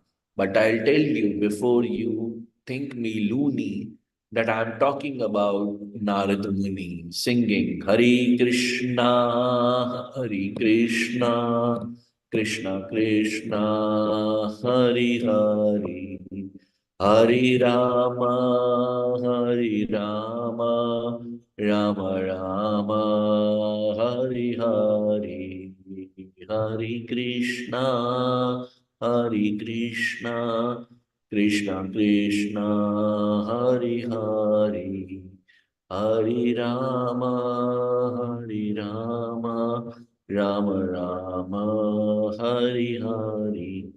Prabhupada laughed. He liked anything that had chanting in it. And he asked them to compose more such songs for their countrymen. Walking together along the beach, they came upon an old dilapidated Dutch windmill. Mukunda, Prabhupada said, you should approach the government and tell them that we will restore this windmill if they let us build a temple on this site. Mukunda took it as a joke at first, but then he saw Prabhupada was completely serious. Mukunda said he would inquire about it. Prabhupada, in his oversized checkered coat, buttoned up to the neck, and was the beloved center of the devotees' outing. After their walk, he sat with them on a big log, eating baked potatoes smeared with melted butter. And when he finished it, he threw his remnants to the dogs. As the night grew dark, stars appeared high over the ocean.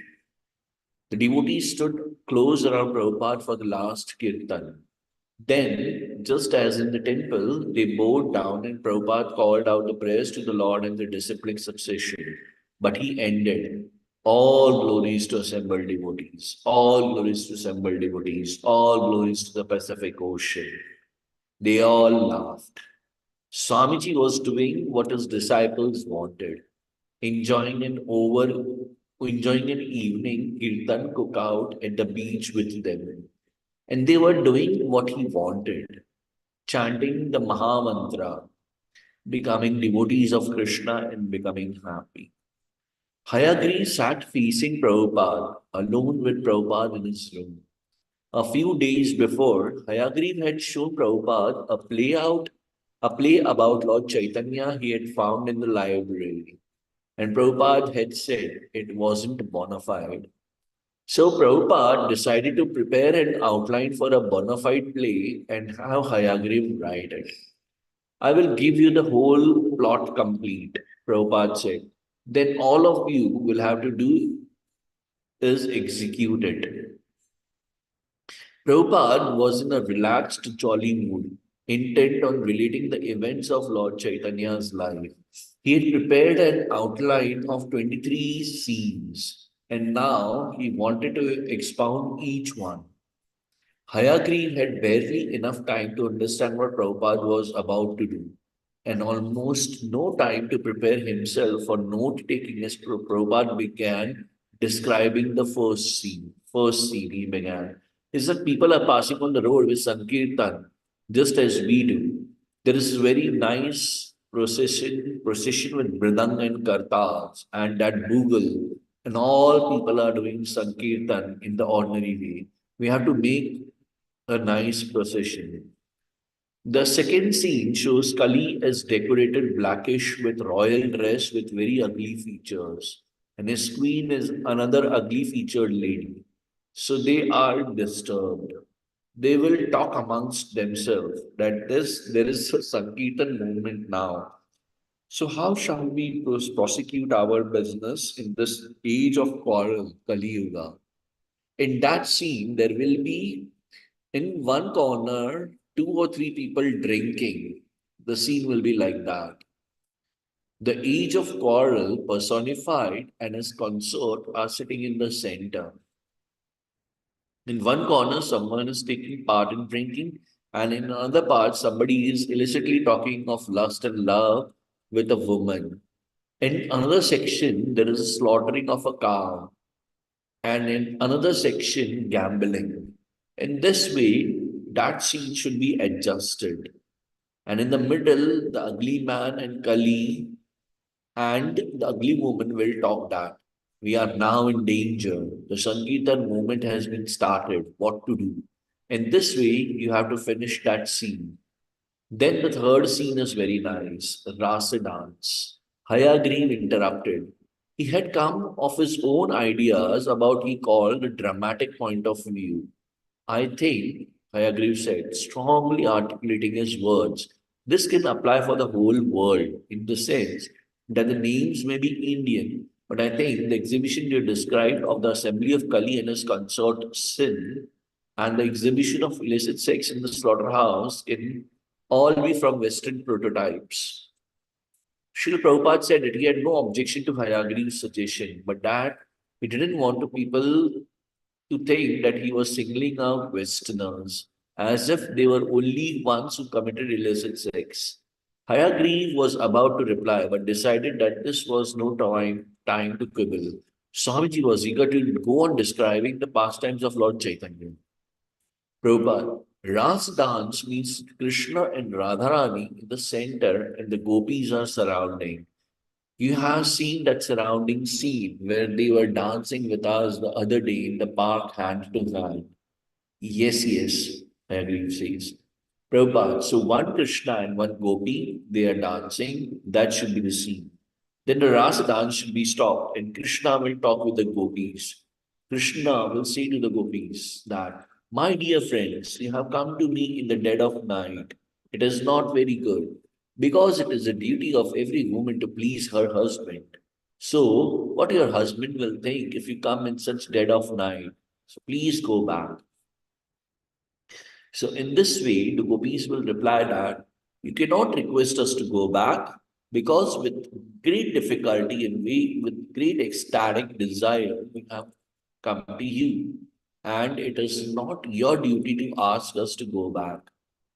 In this way, you arrange some talking with Krishna that Krishna is asking them to go back, but they are insisting, no, let us continue our rasa dance. Then, when the Ras dance is finished, gopis will go and Krishna will say, these gopis are my heart and soul. They are so sincere devotees. They do not care for family encumbrances or any bad name. They come to me. So, how shall I repay them? He was thinking, how shall I repay with their ecstatic love? So he thought that I cannot repay them unless until I take up their situation to understand. But I myself cannot understand. I have to take the position of the gopis, how they are loving me. So with that consideration, he took the form of Lord Chaitanya. Therefore, Krishna is blackish and Lord Chaitanya is the color of the gopis. The whole life of Lord Chaitanya is representation of the gopis' love toward Krishna. That should be painted in the picture of the scene. Do you have anything to ask? I agree. This is his determination to incarnate as Lord Chaitanya.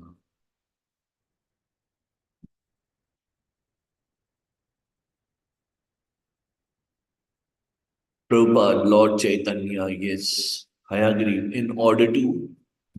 Prabhupada, in order to appreciate Krishna in the form of Gopi, just like I have got dealings with you, so you have got your individuality and I have got my individuality.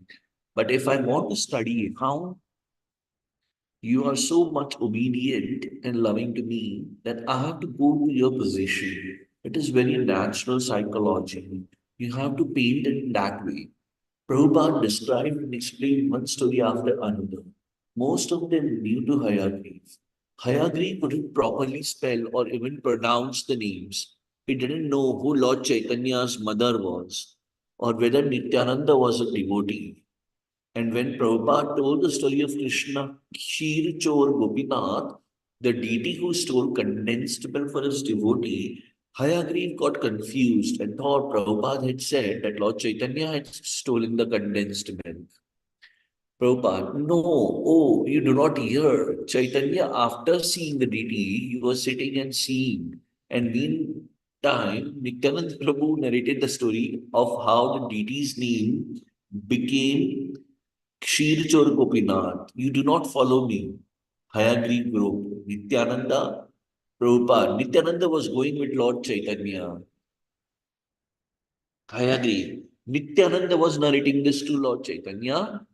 Prabhupada, yes, the deity was known as Kshirchor Gopinath. The story, Prabhupada repeated for the third time, was narrated that formerly he stole one pot of condensed milk for his devotee, Hayagrev. Now, what direct relationship does this have to Lord Chaitanya? Prabhupada, Lord Chaitanya visited the temple. Anyone in those days going to Jagannath Puri from Bengal had to pass that way. And on the way, the Kshirchar Gopinath temple is there. So everyone used to visit. Formerly, Madhavendra Puri also visited, and for him, the deity stole the condensed milk. From that time, the deity is known as Kshirchor Gopinath. That story was narrated to Chaitanya Mahaprabhu. So while sitting before the deity, the story was narrated, and Chaitanya Mahaprabhu relished that God is so kind that sometimes he steals for his devotee. This is the significance. So here the scene should be arranged that it is very nice temple and deity is within. And Lord Chaitanya has entered while chanting Hare Krishna. And then he saw the worship Arati. These things are to be shown in this scene. And that a little story about him. That's all. When Prabhupada told of Lord Chaitanya's visit to Sakshi Gopal temple, Hayagri again got lost. Do you follow? Prabhupada asked. No, Hayagri chuckled. No. Eventually, Hayagri stopped asking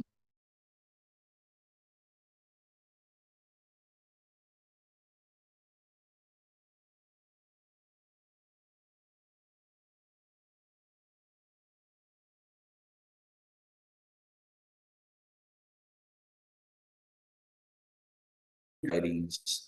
In fact, Prabhupada had invited them so that Hayagri could understand how to present the play. Hayagri, however, decided to first try to hear what Prabhupada was saying. By the end of the first hour of their talk, Prabhupada had narrated many scenes from the first half of Lord Chaitanya's life.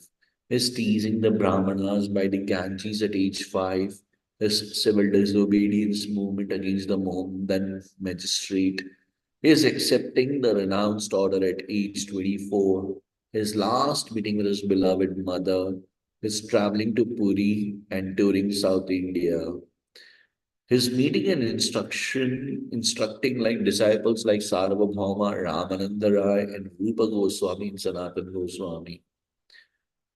Finally, Prabhupada's morning schedule permitted him to go no further. It was time for him to bathe and take lunch. The next day, they would meet again. At next session, Hayagrim listened more carefully, and the transcendental scenes came quickly, one after another. As Prabhupada described each scene, speaking the words and thoughts of Lord Chaitanya and his associates, Prabhupada seemed to be seeing the scenes enacted before him. He especially became moved when he spoke of Lord Chaitanya and Haridas Thakur. The life of Haridas Thakur, Prabhupada said, is that he was born in a Mohammedan family. Some way or the other, he became a devotee. Hare Krishna, Krishna Krishna, Hare Hare, Hare Ram, Ram Ram, Hare Hare. And Lord Chaitanya Mahaprabhu made him the Acharya, the authority of chanting. Therefore, we glorify him, Namacharya. Haridas Thakur ki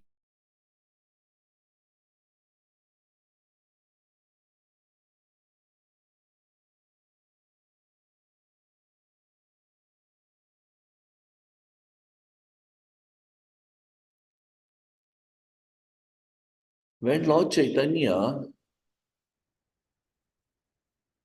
when Lord Chaitanya took sannyas, Haridas Thakur decided, my heart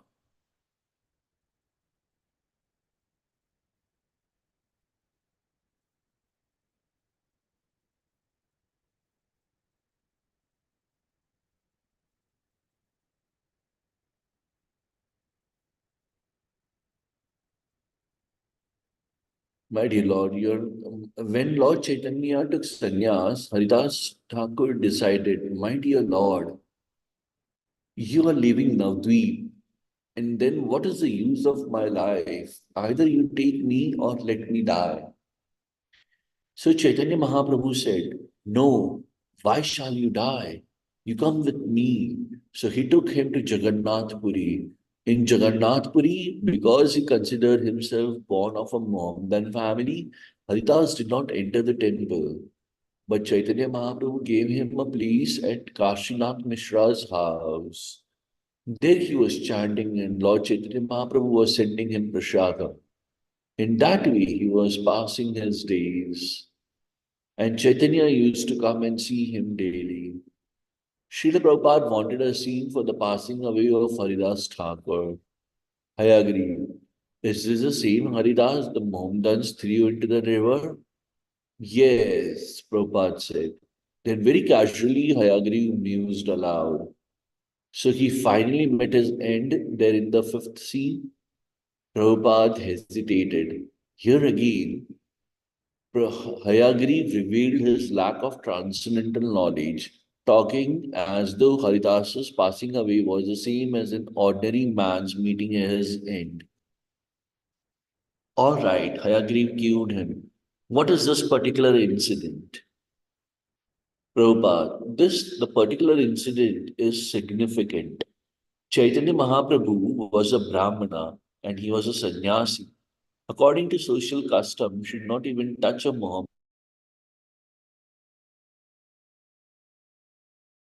He took the body himself and danced. And then he put him in the graveyard and distributed prasadam. Because Haridas was a Mohammedan, he did not enter the temple of Jagannath Puri because the Hindus were very strict. Haridas was a devotee, but he thought, why should I create some row? So Chaitanya Mahaprabhu appreciated Haridas's humble behavior.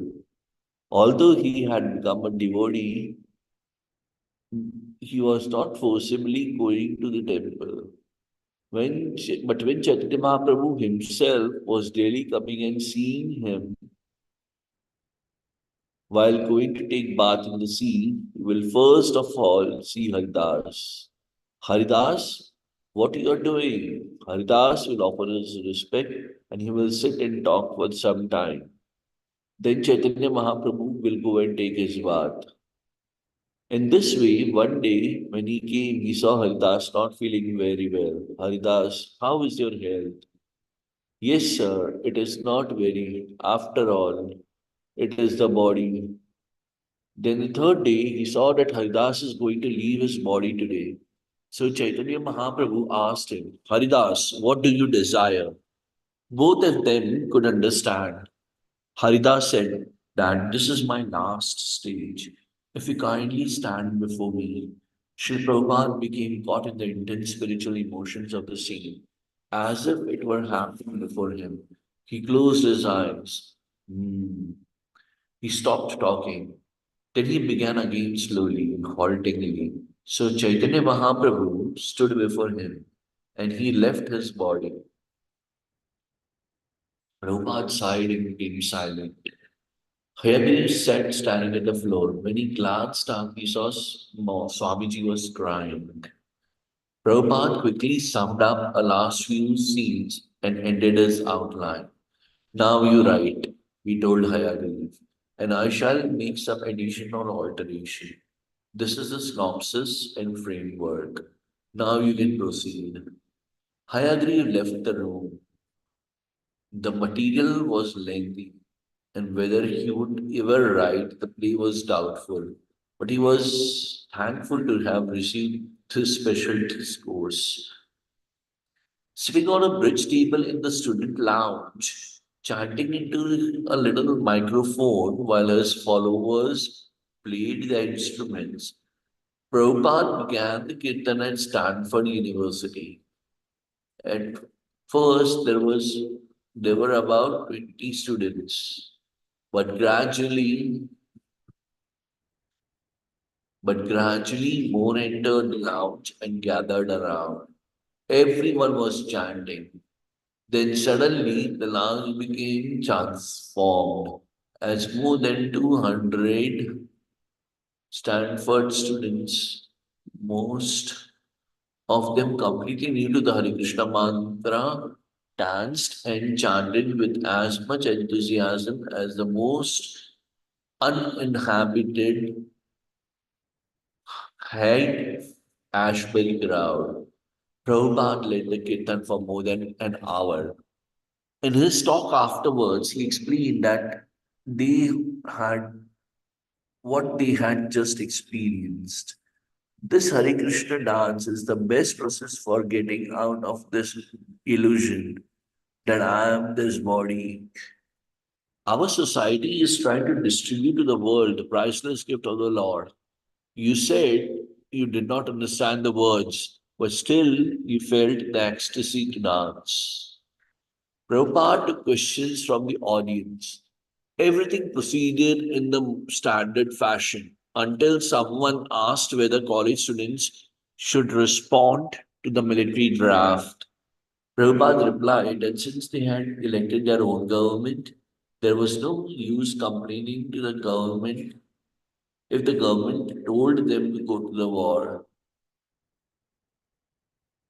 But some of the students, the same students who had chanted and danced only minutes before, began to shout, "No, no!" Prabhupada tried explaining his point, but they raised their voices in anger until the hall became a bedlam of shouting. Finally, Srila Prabhupada picked up his kartals and began chanting again, and the dissenters left. The next day, the Palo Alto Times ran a front page story with the headlines and a photo of Kirtan. Ancient trance dance features Swami's visit to Stanford. Hold on there is a minute, all you with it people. Hold on there a minute, all you with it people. There is a few dance about to sweep the country. It is called the Swami. It's going to replace the frog, what to see, swim, and even the good old barnstorm. Why? Because you can do any old step to it, at the same time find real happiness. You can rid yourself to the illusion that you and your body are inseparable.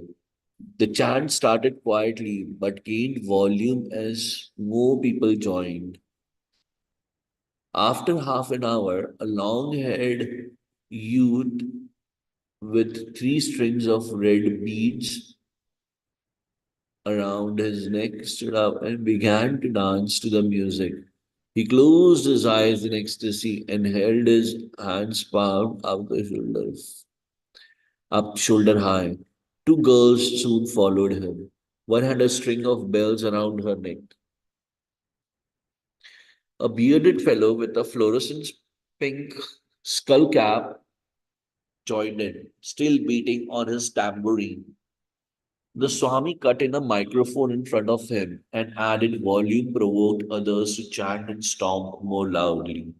A pretty girl in a sari danced as if in a hypnotic trance. A short, dark man, neatly dressed in suit and tie, threw off his shoes and joined in. A young math professor did likewise. A pretty blonde 3-year-old girl rocked and swayed in one corner.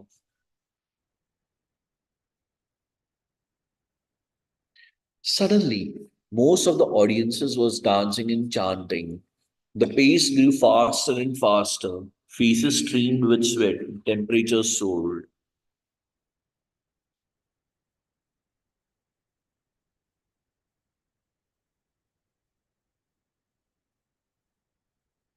Then it all stopped. Srila Prabhupada was pleased with the article and asked for some photocopies of it. What are they calling the dance? He laughed.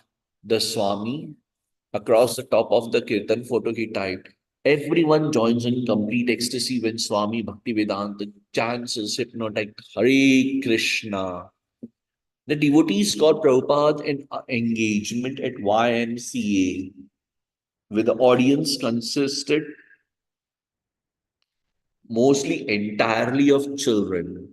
The devotees had decorated the hall with posters of Krishna and had hung a big sign with the Mahamantra on it. The children chanted along with Prabhupada doing during Kirtan. Just before the lecture, Gurudas reminded him, maybe the talk should be simple, since they all are between 9 and 14 years old. Prabhupada nodded silently. Is there a student here who is intelligent? Prabhupada began. No one responded.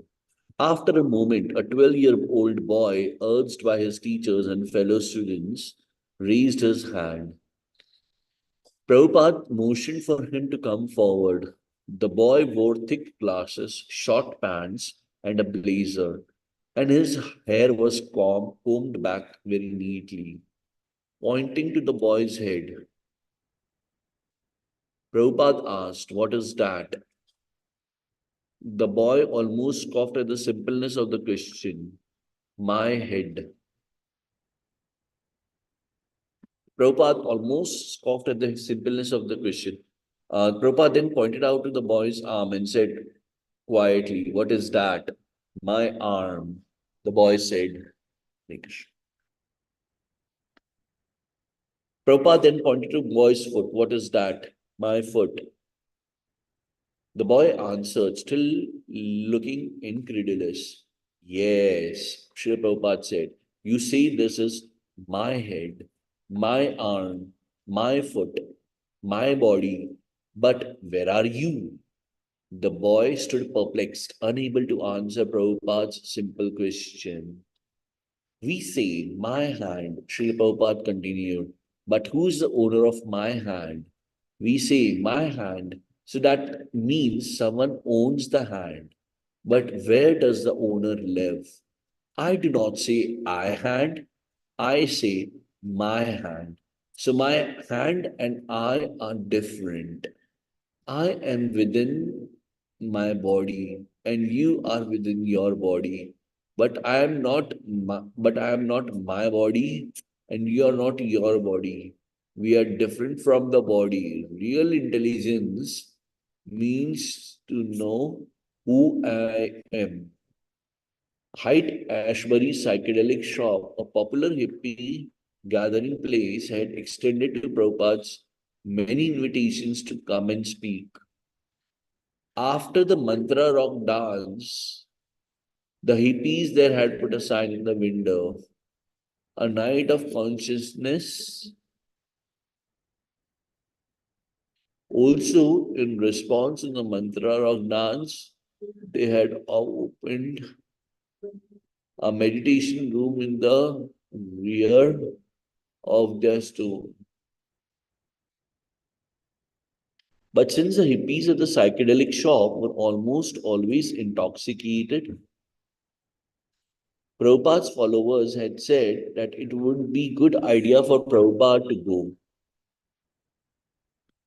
But the hippies kept entreating. Finally, the devotees relented, advising Prabhupada it might be all right for him to go. So one Saturday night, Prabhupada and two devotees walked into the Hyde Street, the psychedelic shop. Young people crowded the streets, hippies sitting alone along the sidewalk, selling hashish pipes and other dope paraphernalia, homosexuals, wildly costumed hippies with painted face, small groups smoking marijuana, drinking, singing, and playing the guitars, a typical evening on the Hyde Street. At the psychedelic shop, marijuana and tobacco smoke hung heavily in the air, mingling with the smell of alcohol and the bodies. Prabhupada entered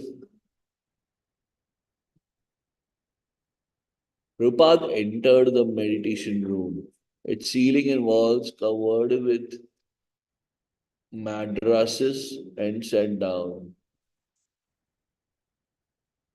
The woman was full of hippies, many lying down, heavily intoxicated, looking up at him with half closed eyes.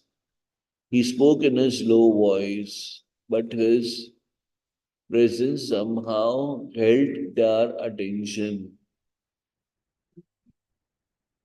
But his presence somehow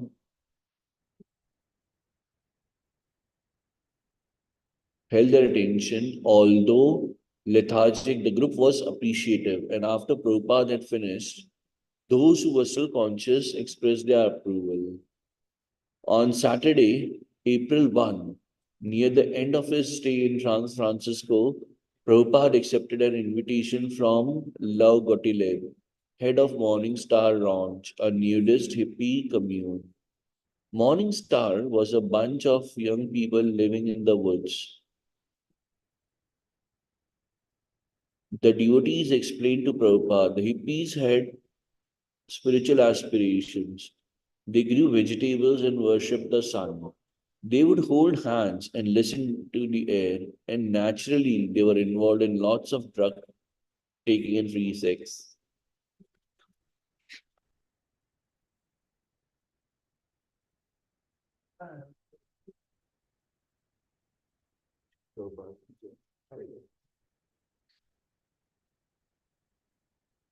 You want chair, Prabhuji? No, no, I don't even want this. It's cool.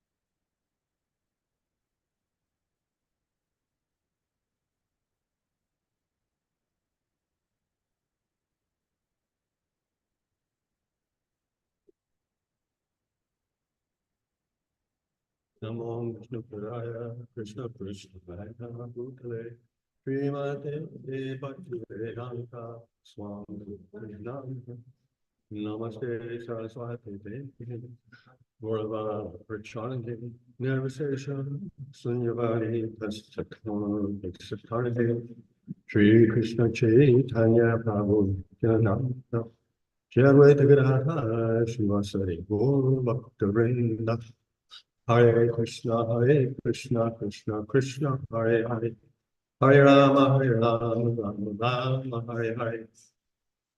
Reading in Prabhupada, Srila Prabhupada Lilamrita, chapter 24.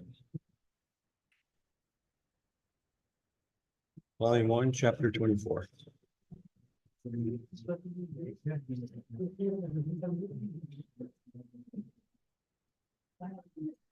He came in the morning to pick up the Swami. They talked, and Prabhupada gave him a rasgulla, a sweet made of bite-sized balls of curd simmered in sugar water. After a few minutes together in Prabhupada's room, they started for Morning Star, 60 miles north of San Francisco.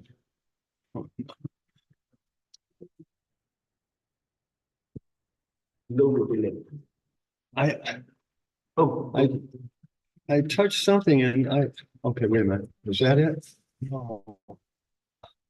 Okay. Blue Gauntlet. Yep.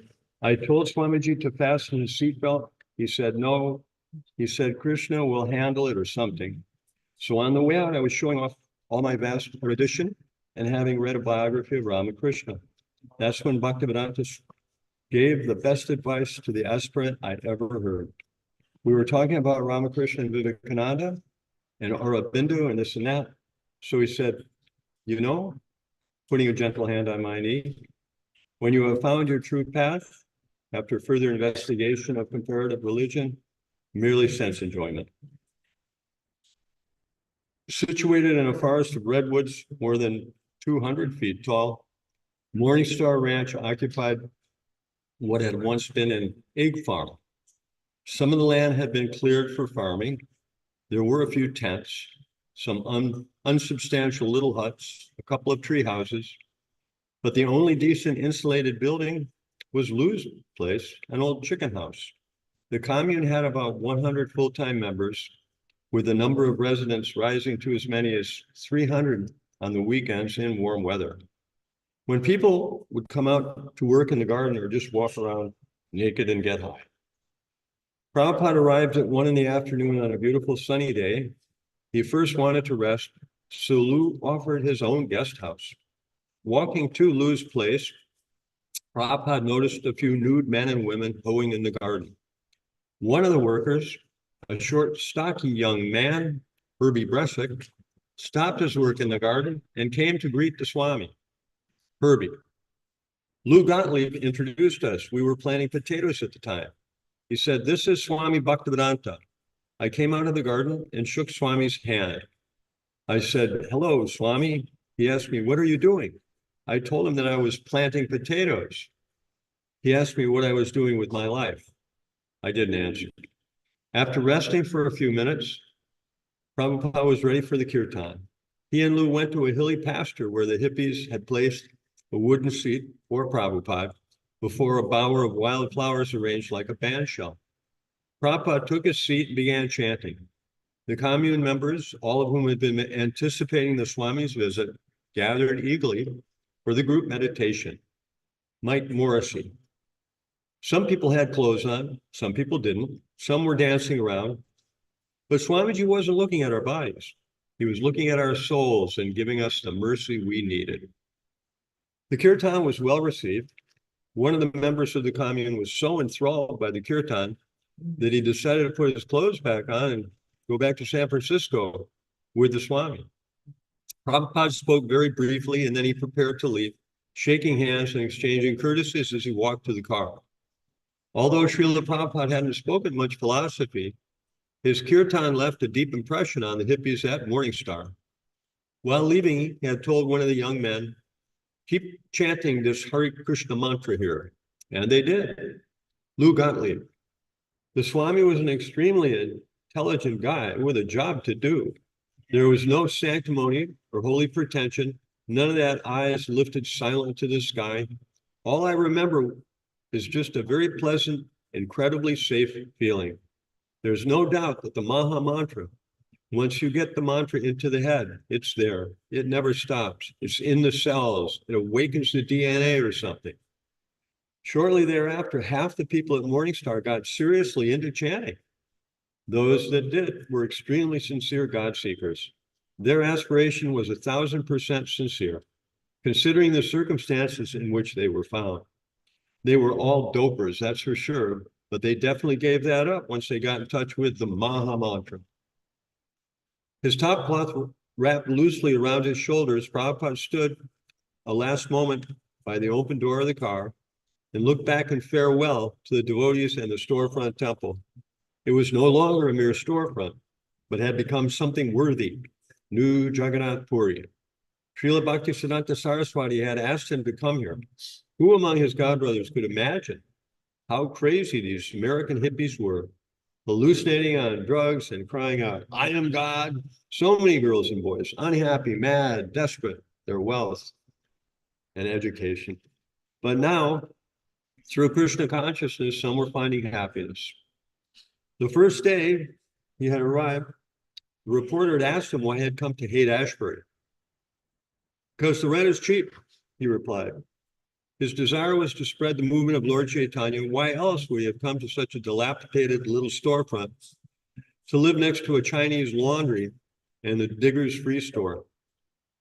The reporters had asked if he were inviting the hippies and bohemians to take to Krishna consciousness. Yes, he had said, everyone. But he had known that once joining him, his followers would become something different from what they had been before. Now the devotees were a family. If they followed his instructions, they would remain strong.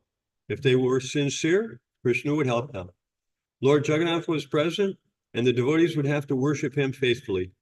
They would be purified by chanting Hare Krishna and following their spiritual master's instructions. Prabhupada got into the car, accompanied by some of his disciples, and a devotee drove him to the airport.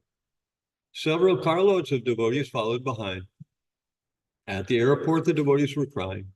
But Prabhupada assured them he would return if they would hold a Rath Yatra festival. You must arrange a procession down the main street, he told them. Do it nicely. We must attract many people. They have such a procession yearly in Jagannath Puri. At this time, the deity may leave the temple. He would have to return, he knew, to tend to the delicate devotional plans he had placed in their hearts. Otherwise, how could he expect these neophytes to survive in the ocean of material desires known as Haight-Ashbury? Repeatedly, he promised them he would return. He asked them to cooperate among themselves. Mukunda, Shamasundara, Gurudas, Jayananda, Subal, Gaurasundar, Hayagriva, Haridas, and the girls. Only 2.5 months ago, he had arrived here at this very terminal, greeted by a throng of chanting young people. Many were now his disciples, although just barely, assuming their spiritual identities and vows. Yet he felt no compunctions about leaving them. He knew that some of them might fall away, but he couldn't stay with them always. His time was limited. Srila Prabhupada, the father of 2 small bands of neophytes, tenderly left one group and headed east, where the other group waited in a different mood, a mood of joyful reception. Chapter 25, our master has not finished his work. There was no warning that Srila Prabhupada's health would break down, or if there were, no one heeded it. As he moved from his devotees in San Francisco to his devotees in New York, no one passed any words that the Swamiji should slow down. After the 5.5-hour jet flight, Prabhupada spoke of a blocking in his ears, but he seemed all right. He didn't rest, but went straight through the festive airport reception into 3 hours of strong lecturing and chanting in the storefront at 26 2nd Avenue. To his New York disciples, he appeared dazzling and lovable, and by his presence, his glances, and his words, he increased their Krishna consciousness. To them, his advanced age, now nearly 72 years, was but another of his transcendental features. He was their strength, and they never thought to consider his strength. In the temple, speaking from a new dais behind a velvet-covered lectern, Prabhupada said, "In my absence, things have improved. New paintings hung on the freshly painted white walls. Otherwise, it was the same tiny storefront where he had begun his International Society for Krishna Consciousness. He had written them that he wanted to enter the new building on his return, but they had failed, and they had foolishly lost $6,000. But without dwelling on this, Prabhupada made a more important observation. His disciples, despite the physical absence of their spiritual master, had progress by following his instruction. Freshly painted walls and the bright faces of his disciples, Prabhupada explained how he had obtained expertise in Krishna consciousness by submissively following the spiritual master. He gave the example that although an engineer's apprentice may not be an expert, if he turns the screw under the direct supervision of the expert engineer, he is acting as an expert. Many of the material desires was difficult, and that they weren't going to become completely pure devotees overnight. Brahmananda had even written a poem stating that if after many lifetimes he could chant one round of the Hare Krishna mantra with attention, he would consider this the greatest success. But Prabhupada was explaining that if they weren't expert in love of Krishna, they worked under an expert they were also attracting and acting as experts. The next morning, with the fanfare, became apparent just how dependent the devotees were on their spiritual leader. The attendance was down to the dozen or so regulars, and Prabhupada silently entered the storefront and began to lead the chanting. But when the moment came for the devotees to sing in response, and Prabhupada heard their first chorus, he looked out to them startled and compassionate. Now he could hear it. They were weak, more like croaking than singing. They had deteriorated in his absence. The kirtans had changed while he had been away. the devotees were like, helpless souls croaking without joy or verve. Srila Prabhupada lectured from Chaitanya Charitamrita. When flying from San Francisco, I noticed that the plane was flying above an ocean of clouds. When I came from India by boat, I saw an ocean of water. And on the plane, I saw an ocean of clouds extending as far as you can see. Above the clouds is the sun. But when we come down through the clouds and land, everything in New York is dim and clouded. But the sun is still shining.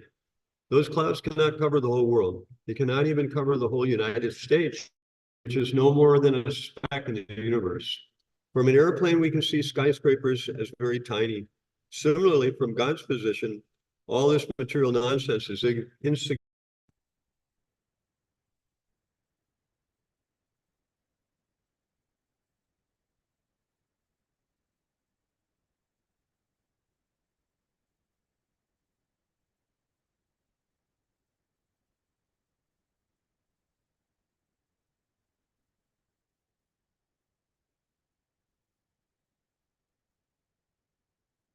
But the sun doesn't have to come down tendency.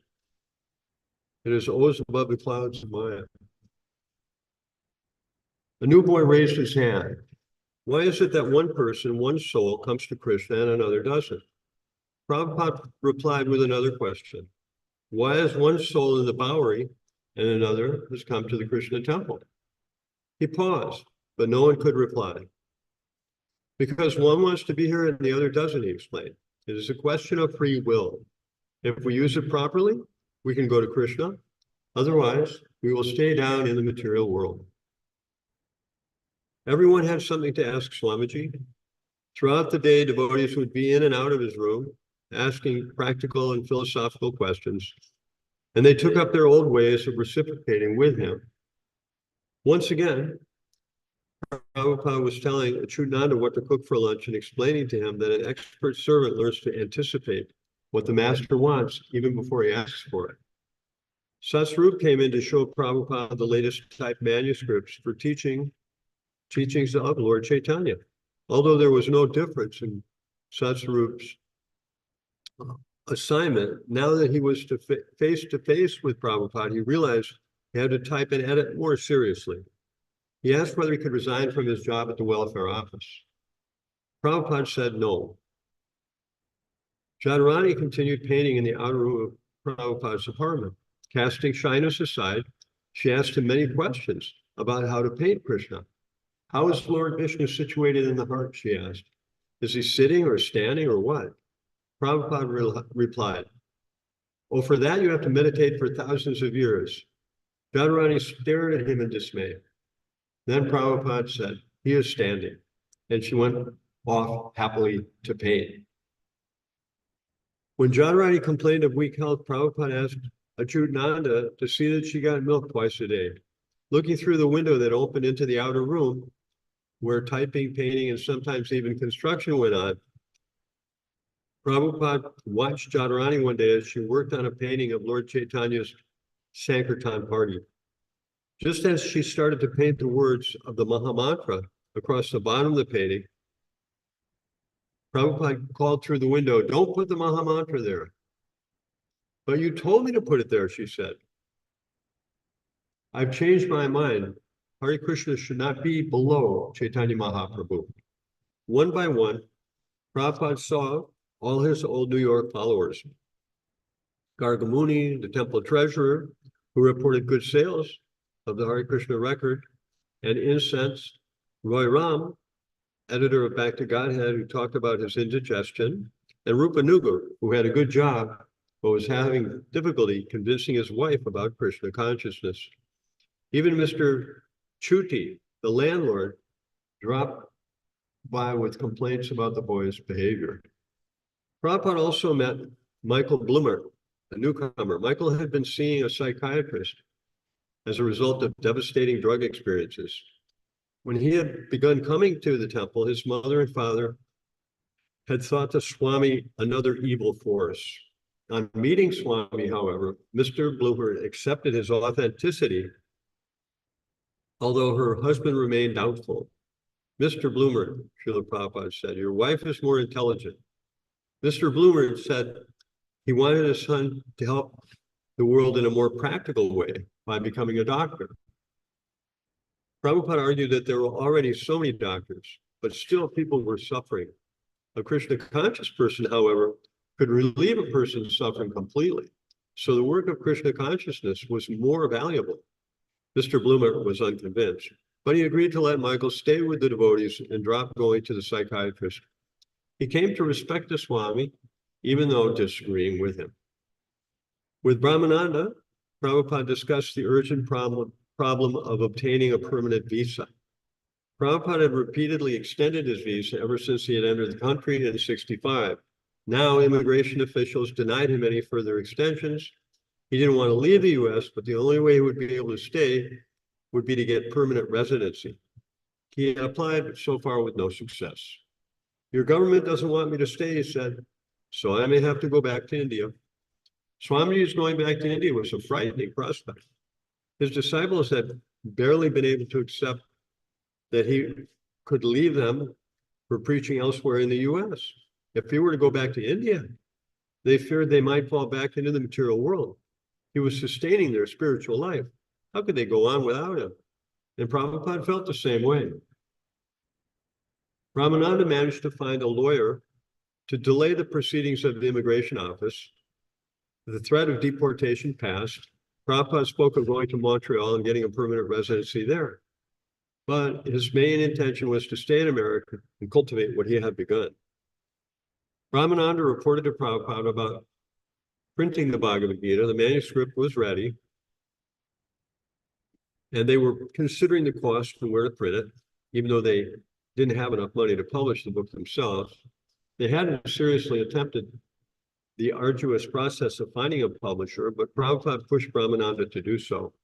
The only hope is that I have my books. Brahmananda also talked with Prabhupada about the $6,000, about the $6,000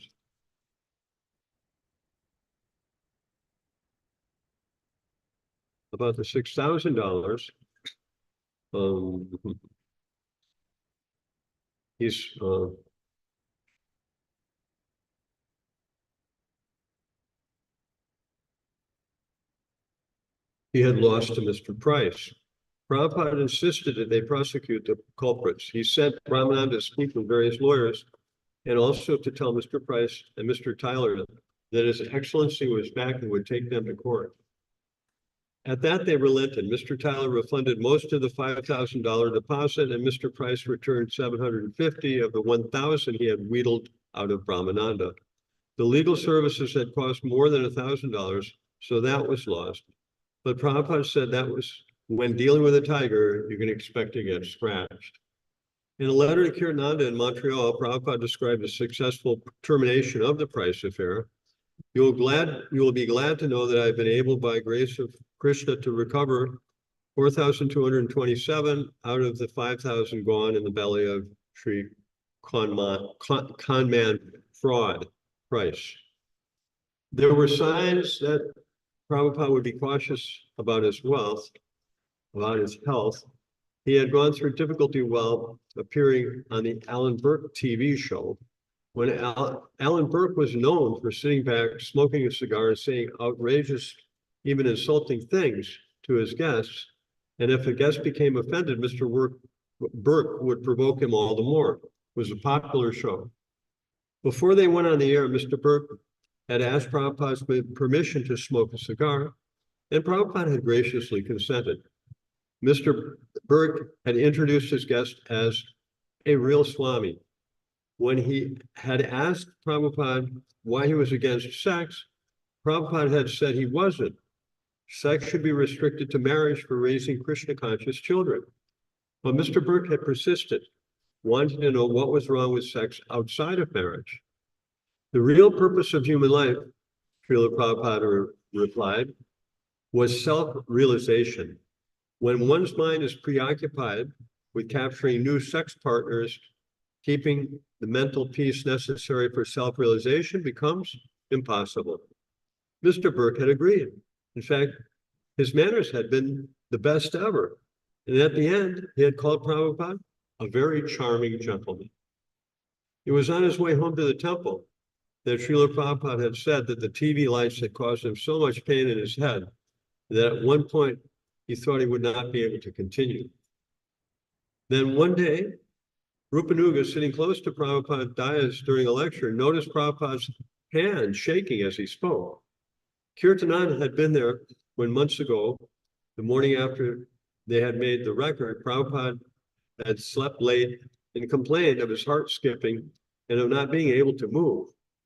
If I ever get badly sick, Srila Prabhupada had told Kirtananda, don't call a doctor, don't take me to a hospital, just give me my beads and chant Hare Krishna. Swamiji's disciples were reluctant to restrain him.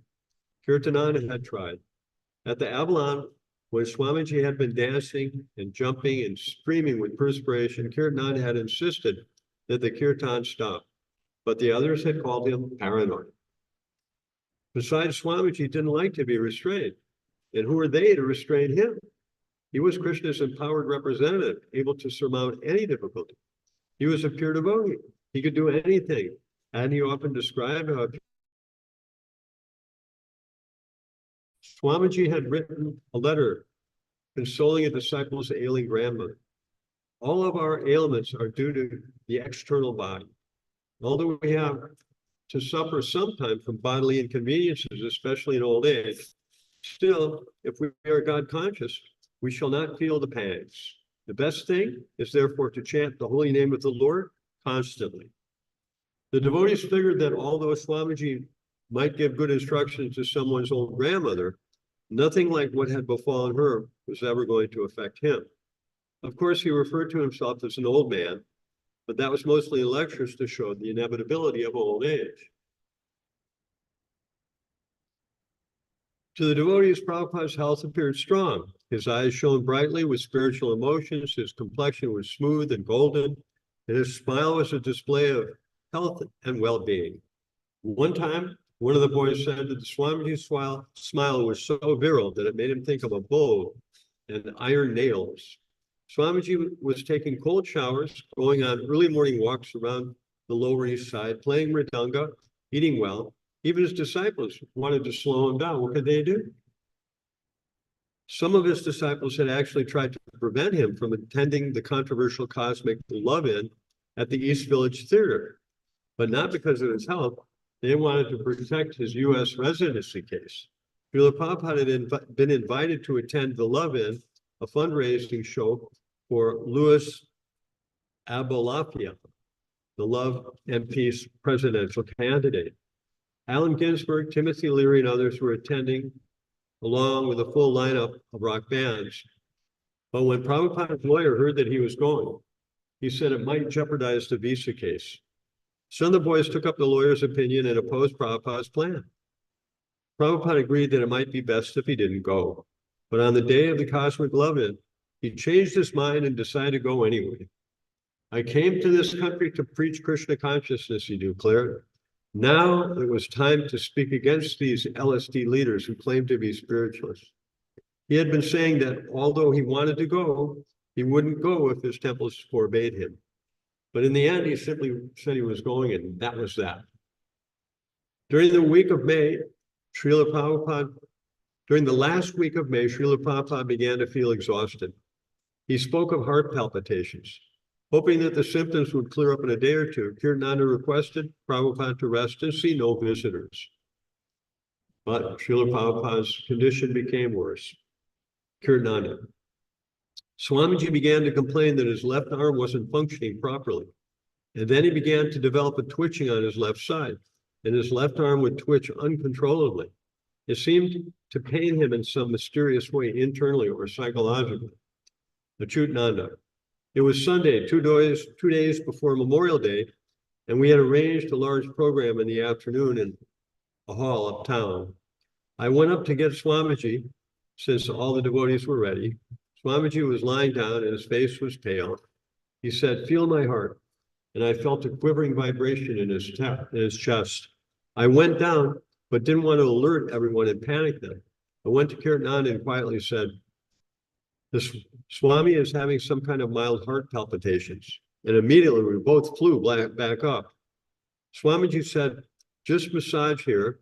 So I rubbed him on the chest and he showed me how. He said, the others go and Achutananda stay here. If anything happens, he can call you. So the others went and did the program and I waited. Once or twice he called me in and had me quickly rub over his chest. Then he looked up and his color had come back. I was staring with my mouth open, wondering what to do. He looked at me and said, why are you sitting idle? Chant Hare Krishna.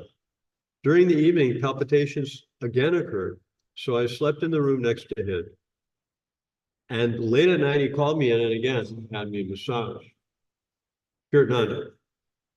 It was on Tuesday afternoon, Memorial Day, that I was sitting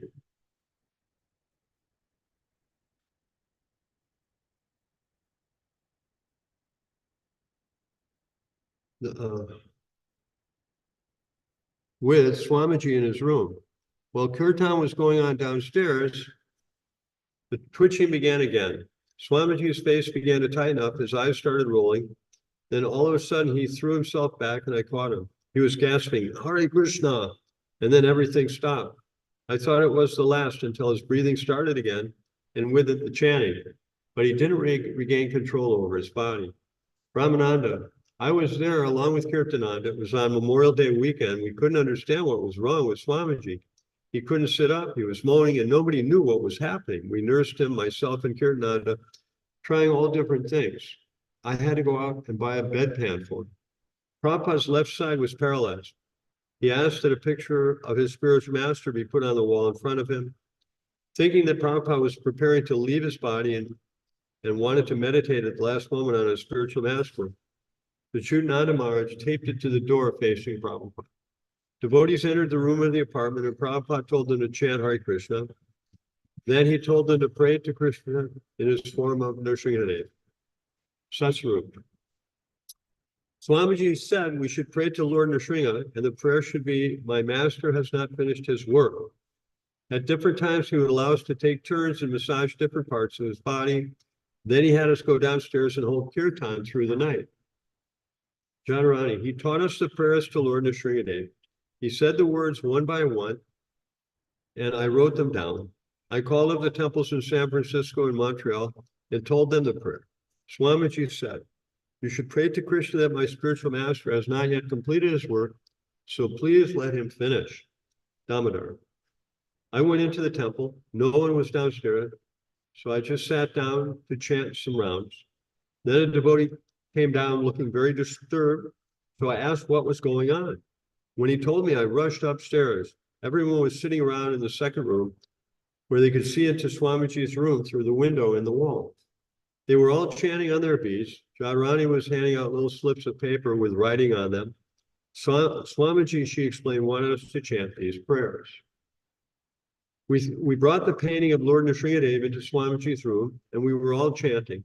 When Swamiji had to use the bedpan in front of Lord Nrsimha's painting, he begged forgiveness of Lord Nrsimha. He could understand that Lord Nrsimha was sitting right in front of him. I saw it as a painting, but Swamiji saw it as Lord Nrsimha himself sitting there. It was getting worse, total weakness and everything.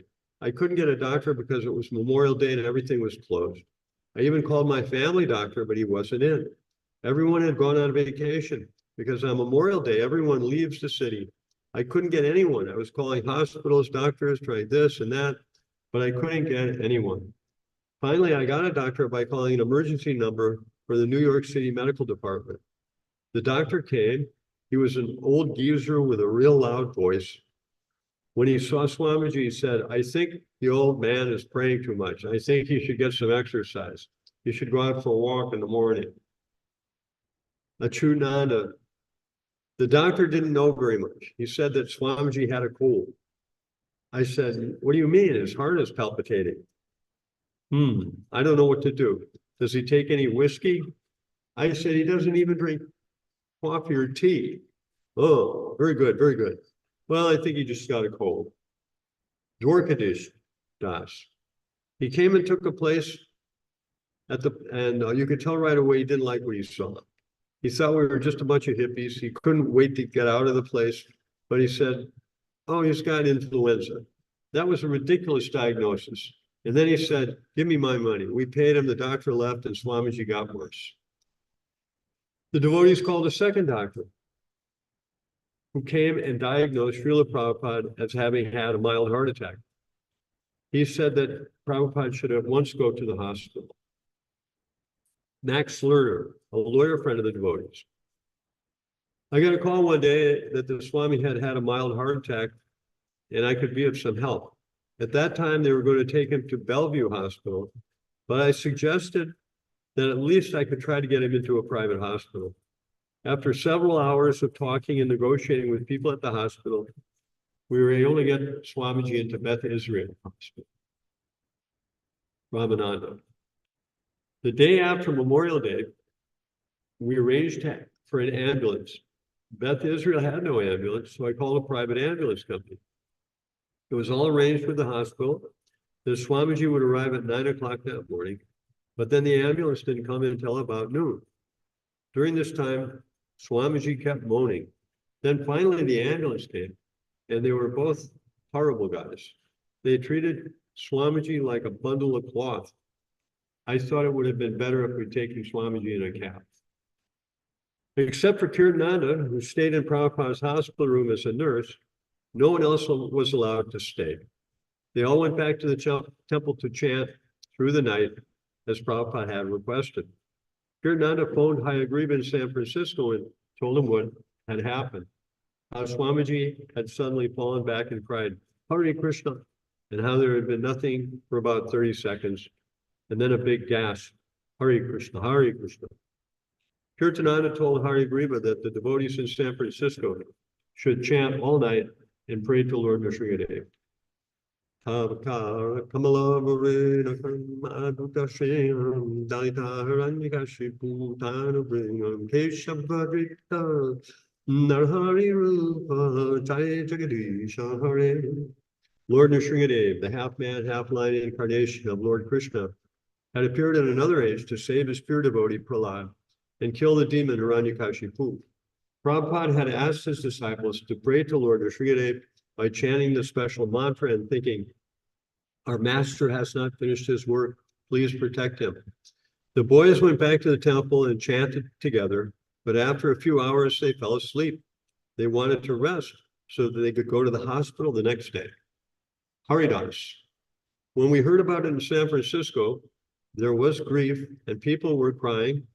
There was a tremendous love and thinking about Swamiji and just concentration, a mass concentration of pulling him through, giving him strength, and summoning the help of Krishna and Lord Chaitanya and everybody we could possibly call upon to lend their energies. People came into the temple doing rosaries on whatever faith or beliefs or trips they were on, and they were directing it toward a healing. They were all chanting with us. Hayagriva. It's a night I'll never forget. We turn on the altar lights behind the Jagannath camp, light candles and chant the flickering shadows. It is solemn chanting and even more solemn dancing. News quickly spreads down Haight Street, and soon the temple is crowded with others who come to chant with us through the night. Mukunda and Janaki phoned New York, but there is no additional information. Kirtananda is spending the night in the hospital beside Swamiji's bed. No one else is being allowed in. Hospital regulations. Yes, everyone in New York is chanting. We chant past midnight. Most of the guests leave, but none of us is yet very sleepy. The chanting overtakes us in waves. My mind wanders to Swamiji, to New York, to the future, to the past. I have to yank it back into the room to confront the present, to realize why we are here chanting, to petition Sri Krishna to spare our master a little longer, to allow him to spread Lord Chaitanya's glorious Sankirtan movement around the world. The chanting is always here, insistent. By 2 a.m., I begin to tire.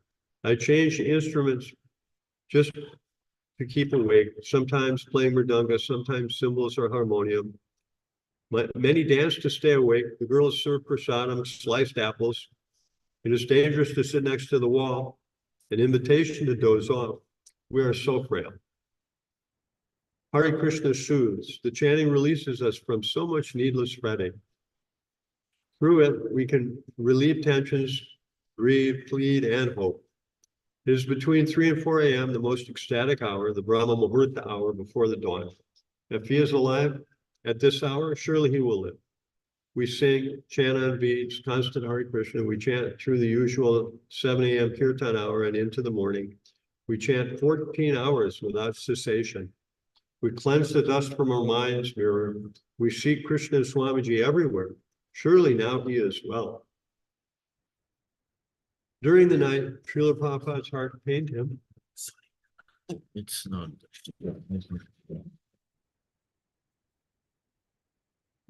Share the screen.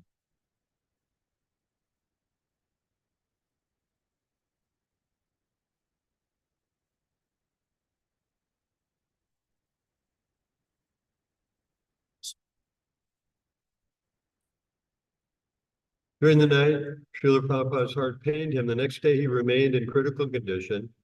He could speak but softly and was too exhausted to converse. Skeptical of the doctors, he diagnosed himself a heart attack affecting part of his brain, thus paralyzing the left side of his body. Massage, he said, was the cure.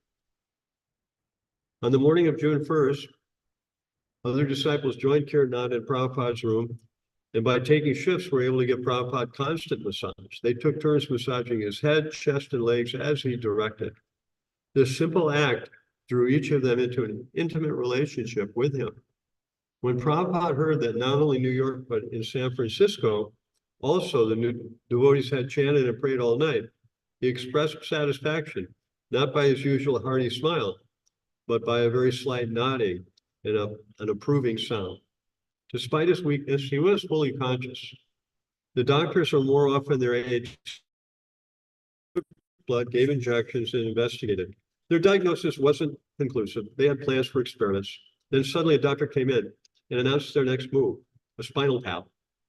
Prabhupada was too weak to discuss the pros and cons of a spinal tap, but he had put himself in care of his disciples in Krishna. The doctor didn't want to be impeded. He explained why a spinal tap was necessary, but he wasn't asking for consultation or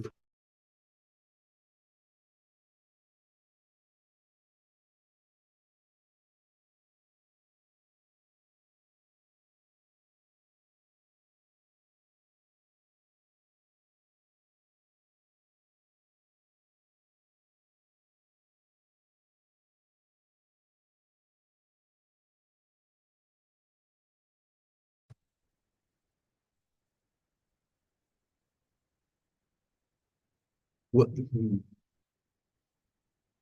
they were allowed back, one disciple asked cautiously, "Did it hurt, Swamiji?" Srila in line between white sheets turned slightly and said, "We are tolerant." Rupanuga. When Swamiji was first admitted to the hospital, it was very hard for me. I didn't know how I should act. I didn't have much experience with this kind of emergency. I was very uncertain as to what service to do for Swamiji. Experience. Swamiji's life was at stake, yet his disciples didn't know what to do to save him. He lay on the bed as if, but the hospital staff considered him their property, an old man with heart trouble, the subject of investigation. And for Swamiji's disciples, this was 100 times worse than dealing with Mr. Price and company. Now it was not just a matter of risking money, but of risking Swamiji. Should they allow it? The EEG? What was an EEG? Was an operation necessary? An operation? But Swamiji said that he should never even be brought to a hospital. Give me a message was all he had said, and chant Hare Krishna. When Srila Prabhupada mentioned his preference for the Ayurvedic medical treatments available in India, some of the devotees suggested they bring a doctor from India. After considering the expense, Prabhupada decided to send a letter first. Unable to sit up or write, he slowly dictated a letter to Sri Krishna Pandit, who had given him quarter for several years in his temple in Delhi. Satsvarup read it back to Prabhupada and then typed it right there in Prabhupada's hospital room. I'm writing this letter from the hospital. All of a sudden, I have developed some headache as well as throbbing of the chest. When I rub my chest, I feel sensation in my left hand. And when I rub my left hand, I feel sensation in my chest. My left hand no more works independently. I therefore ask you if there is any good Vedic physician in Mathura who can send me some medicines. That is, you purchase and send them by airmail to our temple on 26 Second Avenue, New York, New York. The symptom is predominantly when I get severe pain within my head, and the trembling of the left hand is coming every 10 or 15 minutes. I'm afraid if this is not a disease like Lapya, the boy